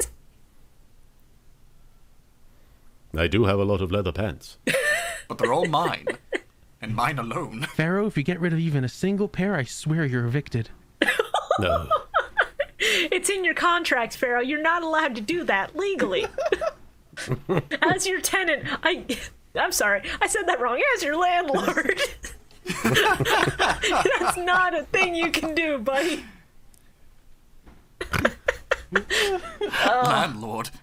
Landlord, I'm the one in control of this body. I'm the one who deserves this body. And then you just hear the fart sound effect as they switch places, and Yami's like, "What gives you again?" He's like, "Told you so." Ragnarok is probably one of the coolest things they've done in Yu-Gi-Oh! Oh yeah. Oh, yeah. Mainly because it's very cool. Getting to see little baby Kuriboh just going by and just like, "Hey everyone, it's me." I love it. I'm an important part of this. I won't lie, as Kuriboh was flying past, my brain just immediately went, oh, hey, look, it's us reacting as little Kuriboh invades the podcast. Us when you join the Discord. Just going like, hey. We're all just shocked. Shocked that we could get somebody like you on here. Ragnarok is such a good send-off to Battle City because it's all of Yugi's new and old monsters alike just teaming up to own him in the best and biggest way possible. It's a really incredible card. Publican Slifer carrying Raw to the afterlife was really cool. Holding Raw down like that, both of them, like the three gods are together, but it's to take down the rogue one. So good. And then Kuriboh cheering them on as they've like got him in the strangle. Oh, you got it, guys. You're doing it. You're doing it, gamers. Fucking kill him. Kuriboh gouges out one of Raw's eyes. Kuriboh just going, get his ass. Kuriboh the God Killer. Kuriboh just runs into Raw's face, explodes on Merrick, and takes him down himself. Merrick, didn't you know? Little Kuribohs have the ability to explode on impact. It's true. Rip. I wrote, because Marek says, before Ragnarok is activated, the regular Marek says, what I did was wrong, but I'm ready to take responsibility for my actions and correct the wrongs I've committed, which I described in my notes as Marek's first YouTube apology video. He's not even crying as he's apologizing, so that checks out. Just starts it with a big, I guess I have a few things to talk about today. As you guys may or may not have seen. Allegedly, I've done wrong. Allegedly. But here's my perspective. You can see Merrick looking off camera to Ishizu and Odeon, who are just standing there, arms crossed, shaking their head when he like goes off script. According to some people, I might have done some bad things. Might have tried to kill some people. Might have succeeded with some others. That's my bad. That's my B. That's my L to bear. I still think it would have been really funny if, like, when Yami Yugi's just standing there, he's just like, is that it? Did we defeat evil Merrick? They just saw, like, regular Merrick's smoldering corpse on the floor. Like, oh, sorry, yay, Ishizu. we did it! Sorry about that, Ishizu, I tried. Sorry, going back to the apology video thing, I'm just thinking of Bakura in the comments just going, you did nothing wrong, brother, keep on going. And then that's the pinned comment. I will support you. Keep moving, brother. Hashtag Medic did nothing wrong. Yummy gang, rise up. Medic heads, unite. Merrick heads.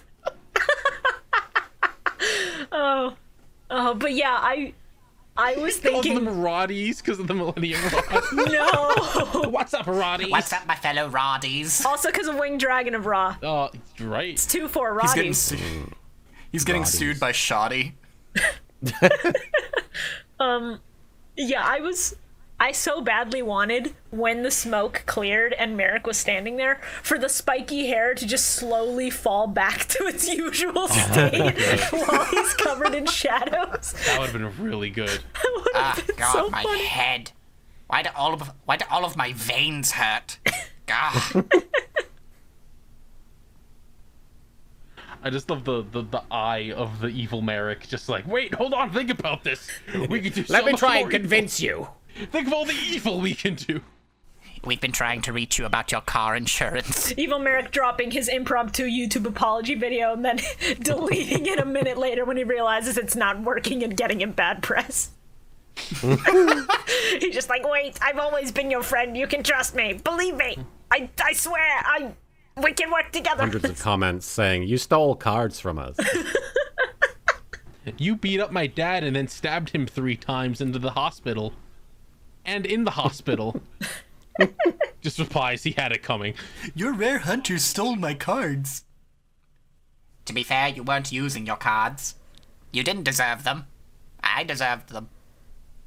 I wouldn't have been able to get this far if I hadn't taken from you, so who's the real victim here? Yeah, runner-up, Battle City, that's us.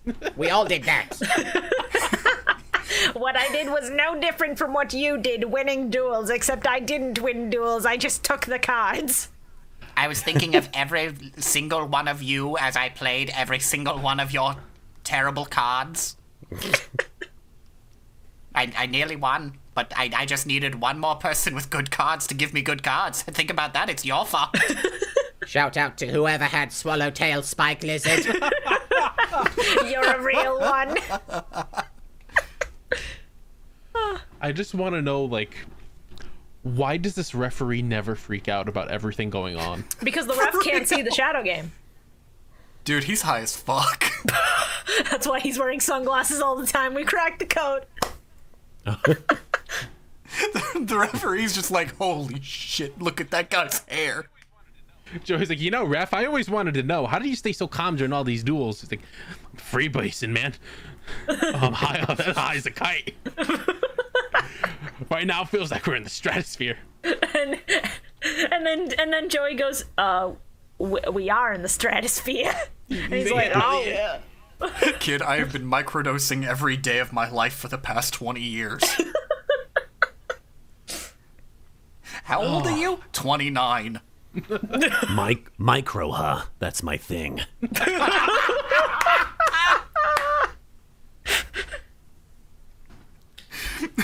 Oh, what a good way to own ShibuyaKaiba and come full circle. It's funny that this is his thing, considering he's such a massive chode. Oh yeah. I mean, you know what they say about overcompensating. He's like, all right, listen, you idiots, stop showing each other your backs, stop patting each other, stop giving each other cards and hand jobs and whatever. Get off my boat. Leave. Oh wow, what a sick tramp stamp. Kaiba just goes, all right, the Merrick show's over. I'm gonna blow this whole thing up, so get the fuck out. This isn't a tramp stamp, it's a champ stamp. Sure, second place. Pharaoh, I need you to read this shit on my back. What does it say? I've never been able to see it. Well, Come on, don't be shy. something about the god cards. I'm seeing a rock at a museum. I don't really know how to read this. Wow. My entire life with this shit on my back. For this payoff. Why didn't I just tell you guys to write it down on a piece of paper or something? Man, I was a real dick back then. Oh, Brand well. your firstborn, I said. Oh, well, It'll new be millennium, fun. new me. You know what? Fuck it. I'm going back to being evil. Fuck you, Pharaoh. I'm keeping the Millennium Rod. Give it back. And then Ashizu just has to slap him on the head like, no, bad Merrick. No, nowhere that. We learned our lesson, didn't we, Merrick? Sprays him. I didn't learn jack shit. Fuck you, sister. I still can't believe fucking Joey's just like, make sure he doesn't give you the fake raw. Yeah. Great comment. That was really good. Joey, what the fuck? Ah, man, I'm gonna have to destroy those now. We made like 50 of those. So, my thumbnail idea for this week comes from a line in the sub because Merrick, Ashizu, and Odion have the big reunion and it's all tearful and happy. And Merrick is talking about, do you think our tribe can live outside the darkness? And then Ashizu goes, we three are more than a tribe. We're family. And I want to edit Dom from the Fast and the Furious movies in that screenshot real bad, dude. Okay, but sister, legitimately, can we please live above ground now? No. My understanding is they do come out of the tomb, but they're mostly still tomb keepers after this, right? I think so, yeah. Yeah. They would still have to be guarding some aspect of the Pharaoh's legacy, but the fact that they're part of the mission is technically done means that they would probably have less restrictions. So, like, they could go to nearby cities and, hang out for a day, go grocery shopping. Like, how do you survive on a tomb keeper's diet? What is a tomb keeper's diet? I think at this point their whole thing is basically like they can live above ground and just do what they want from now on because their job's done. Unlike Shoddy, who just has a vacation house under the desert. No, I'm sorry. Shoddy has been shown to go invisible and mooch off of people like Kaiba constantly. Yeah. Yeah, just because he has the house doesn't mean he stays there 24/7. You know what? Fair. He just shows up when effeminate men with silver hair show up, and he's just like, That just has me thinking of, like, Kaiba sitting at home, just, like, at his desk in his office, just, like, working on something. Shoddy phases through a wall, goes, "You're out of milk." See, I thought you were gonna go in a different direction where Kaiba hears the fridge opening and just goes, "Mokuba, we're out of chips, stop asking." And then he just sees, like, a carton of orange juice floating and it opening and just being drank. What the fuck? ShibuyaKaiba, I need you to buy more Reese's Puffs. It's imperative for the safety of the world that you get Reese's Puffs for me, please.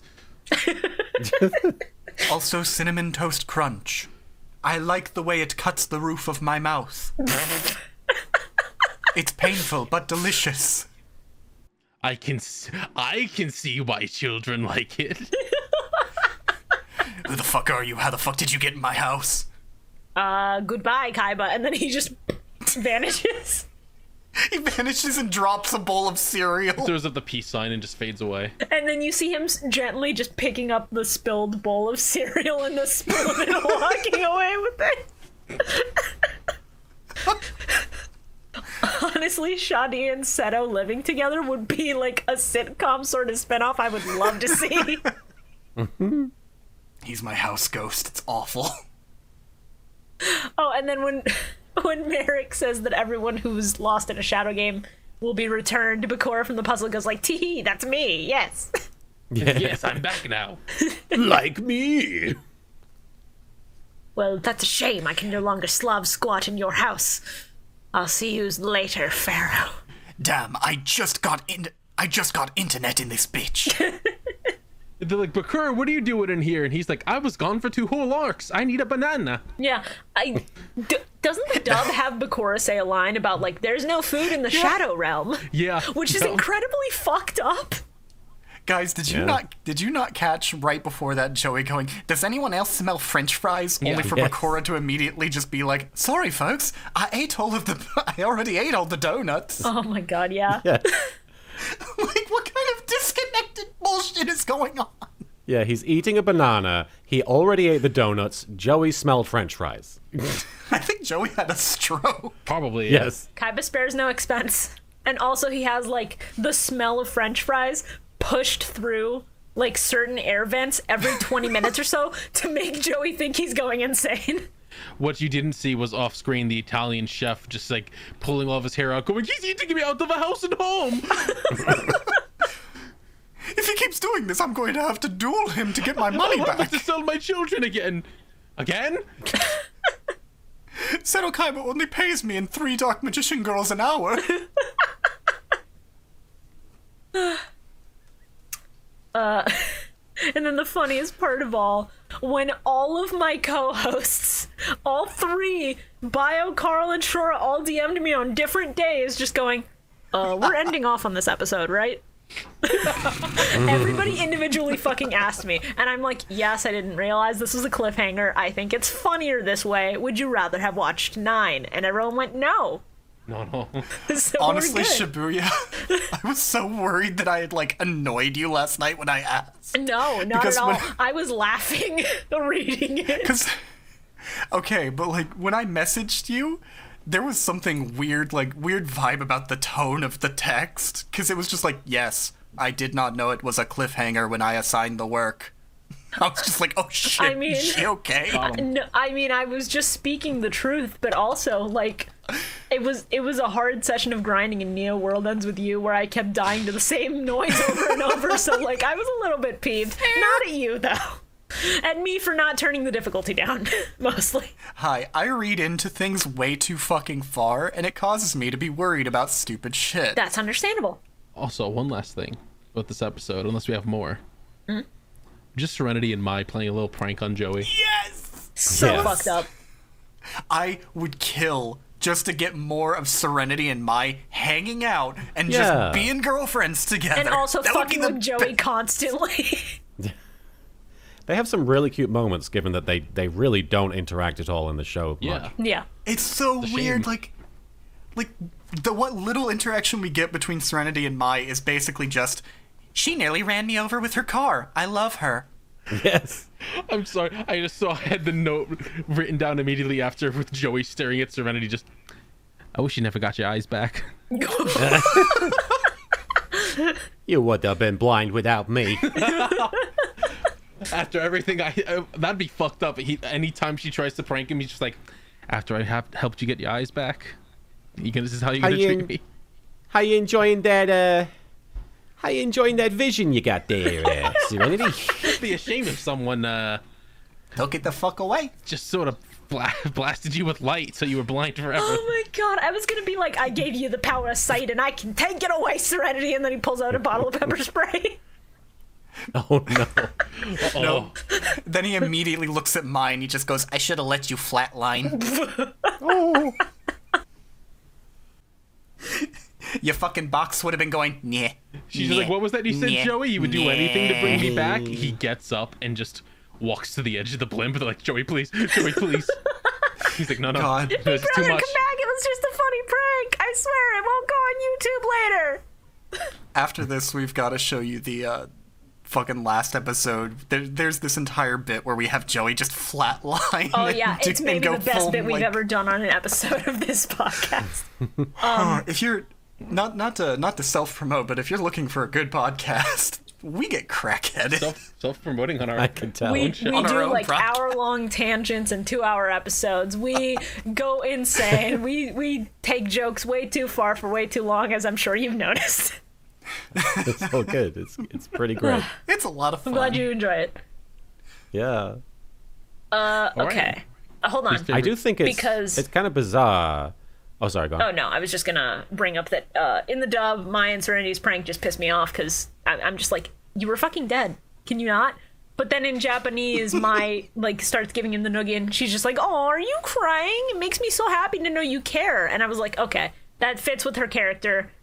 She went into a coma because she didn't think she could trust any of her friends. So I appreciate that nod to like, okay, she has no doubts about that now. Yeah. What were you gonna say, LK?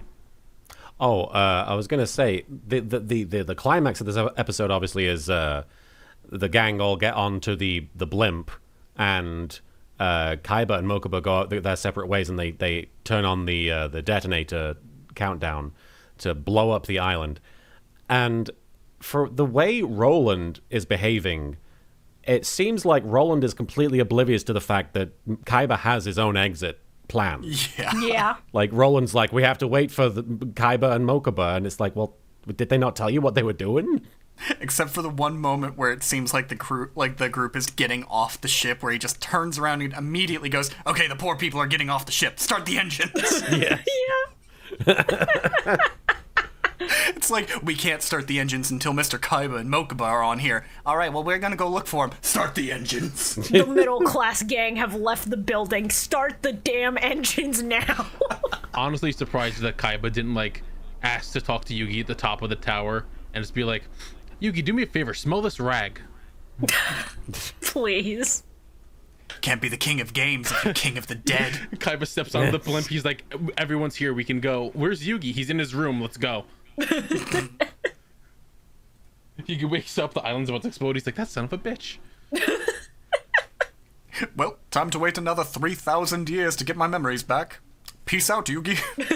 And Yugi's like, wait, Pharaoh, what? What? Isn't the Millennium Puzzle magic? And then he just goes, not enough for this shit, and it blows up.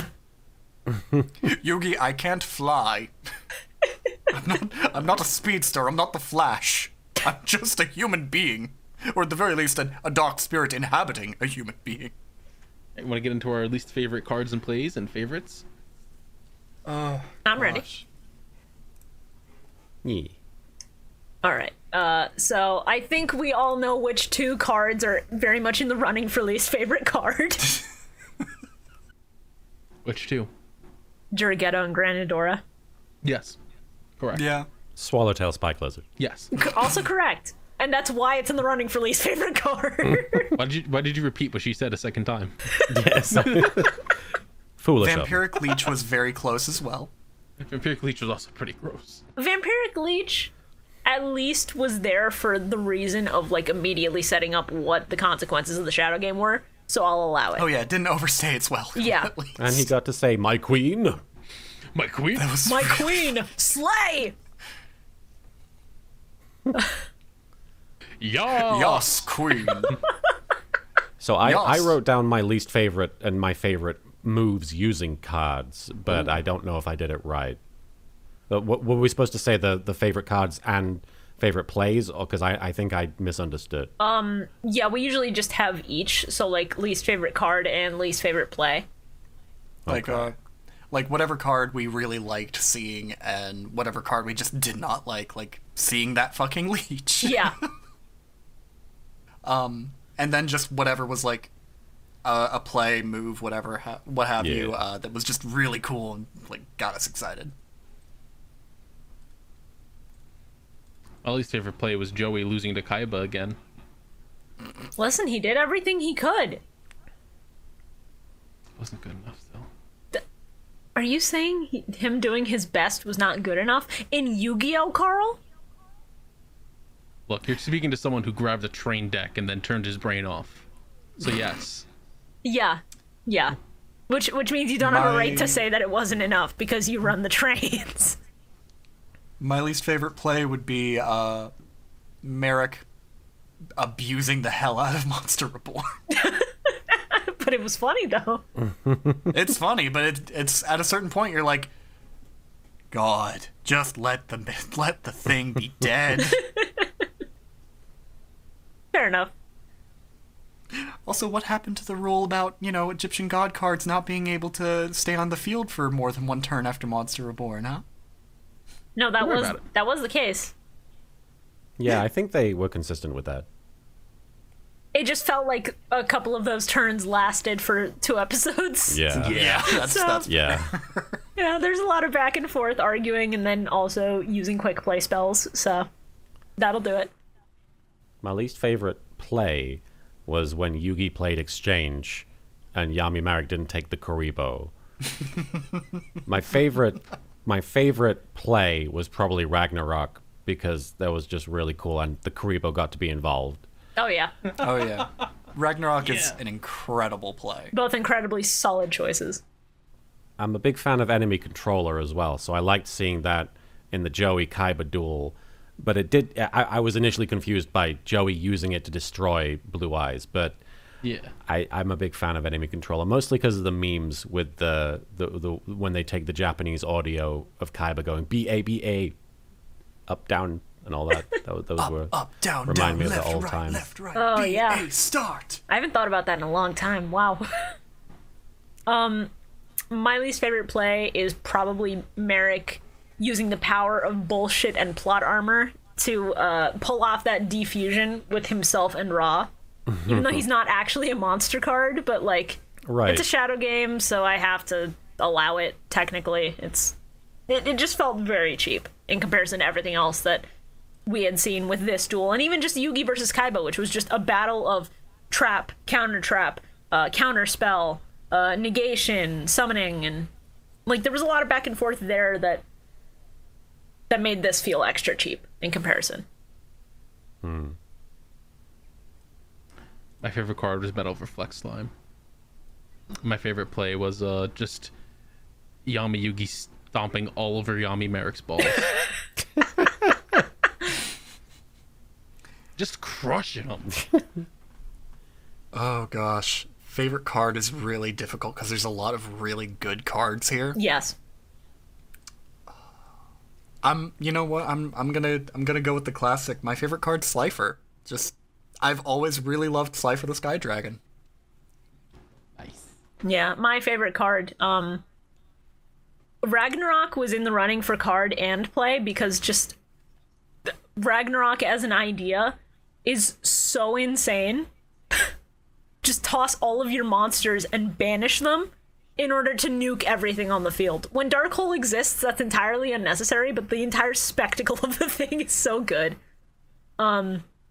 But my backup for favorite play was Joey doing the enemy controller and Monster Reborn combo on Blue Eyes, only for Kaiba to just say, no, fuck you, that's mine, and kill his own dragon in a mirror match to bring it back, so Joey couldn't have it.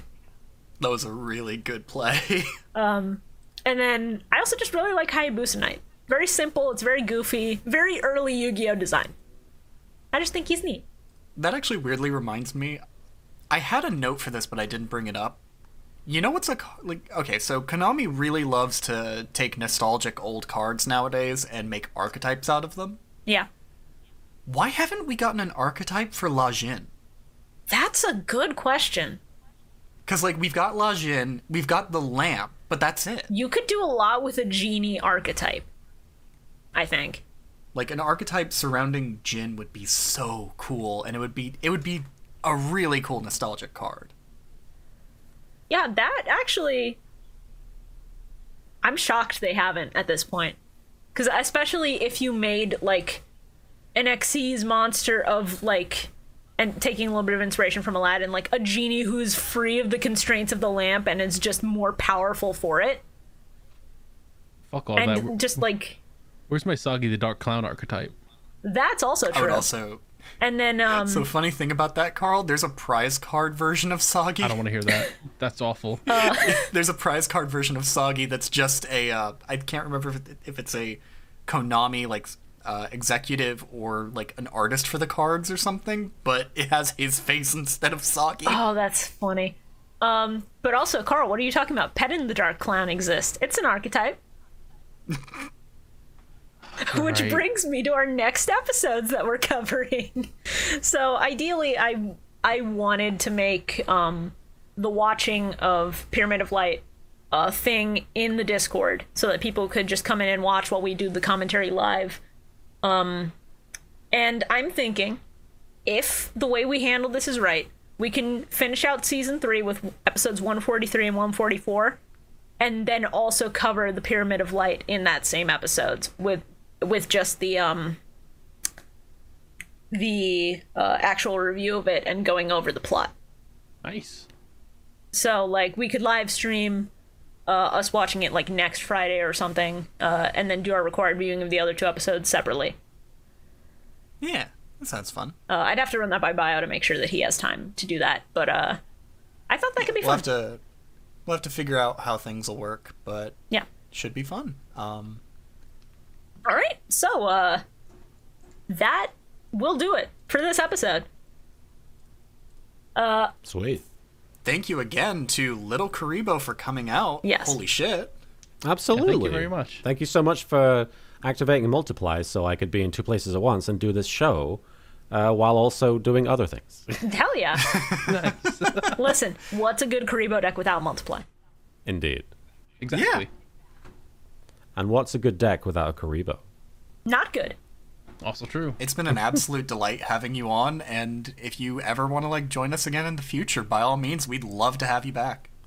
Absolutely. I would be happy to come back, honestly. This was a very pleasant experience. It was very nice to just watch Yu-Gi-Oh! And talk about Yu-Gi-Oh! Enthusiastically. I don't often watch Yu-Gi-Oh! Just for the sake of enjoying it. So Well, I'm glad we could give you a bit of that experience of just watching and making fun of a show that we all enjoy. Heck yeah. Would you like to tell the people where they can find you on social media or any platforms that you're hanging out on? Anything you're working on? Sure.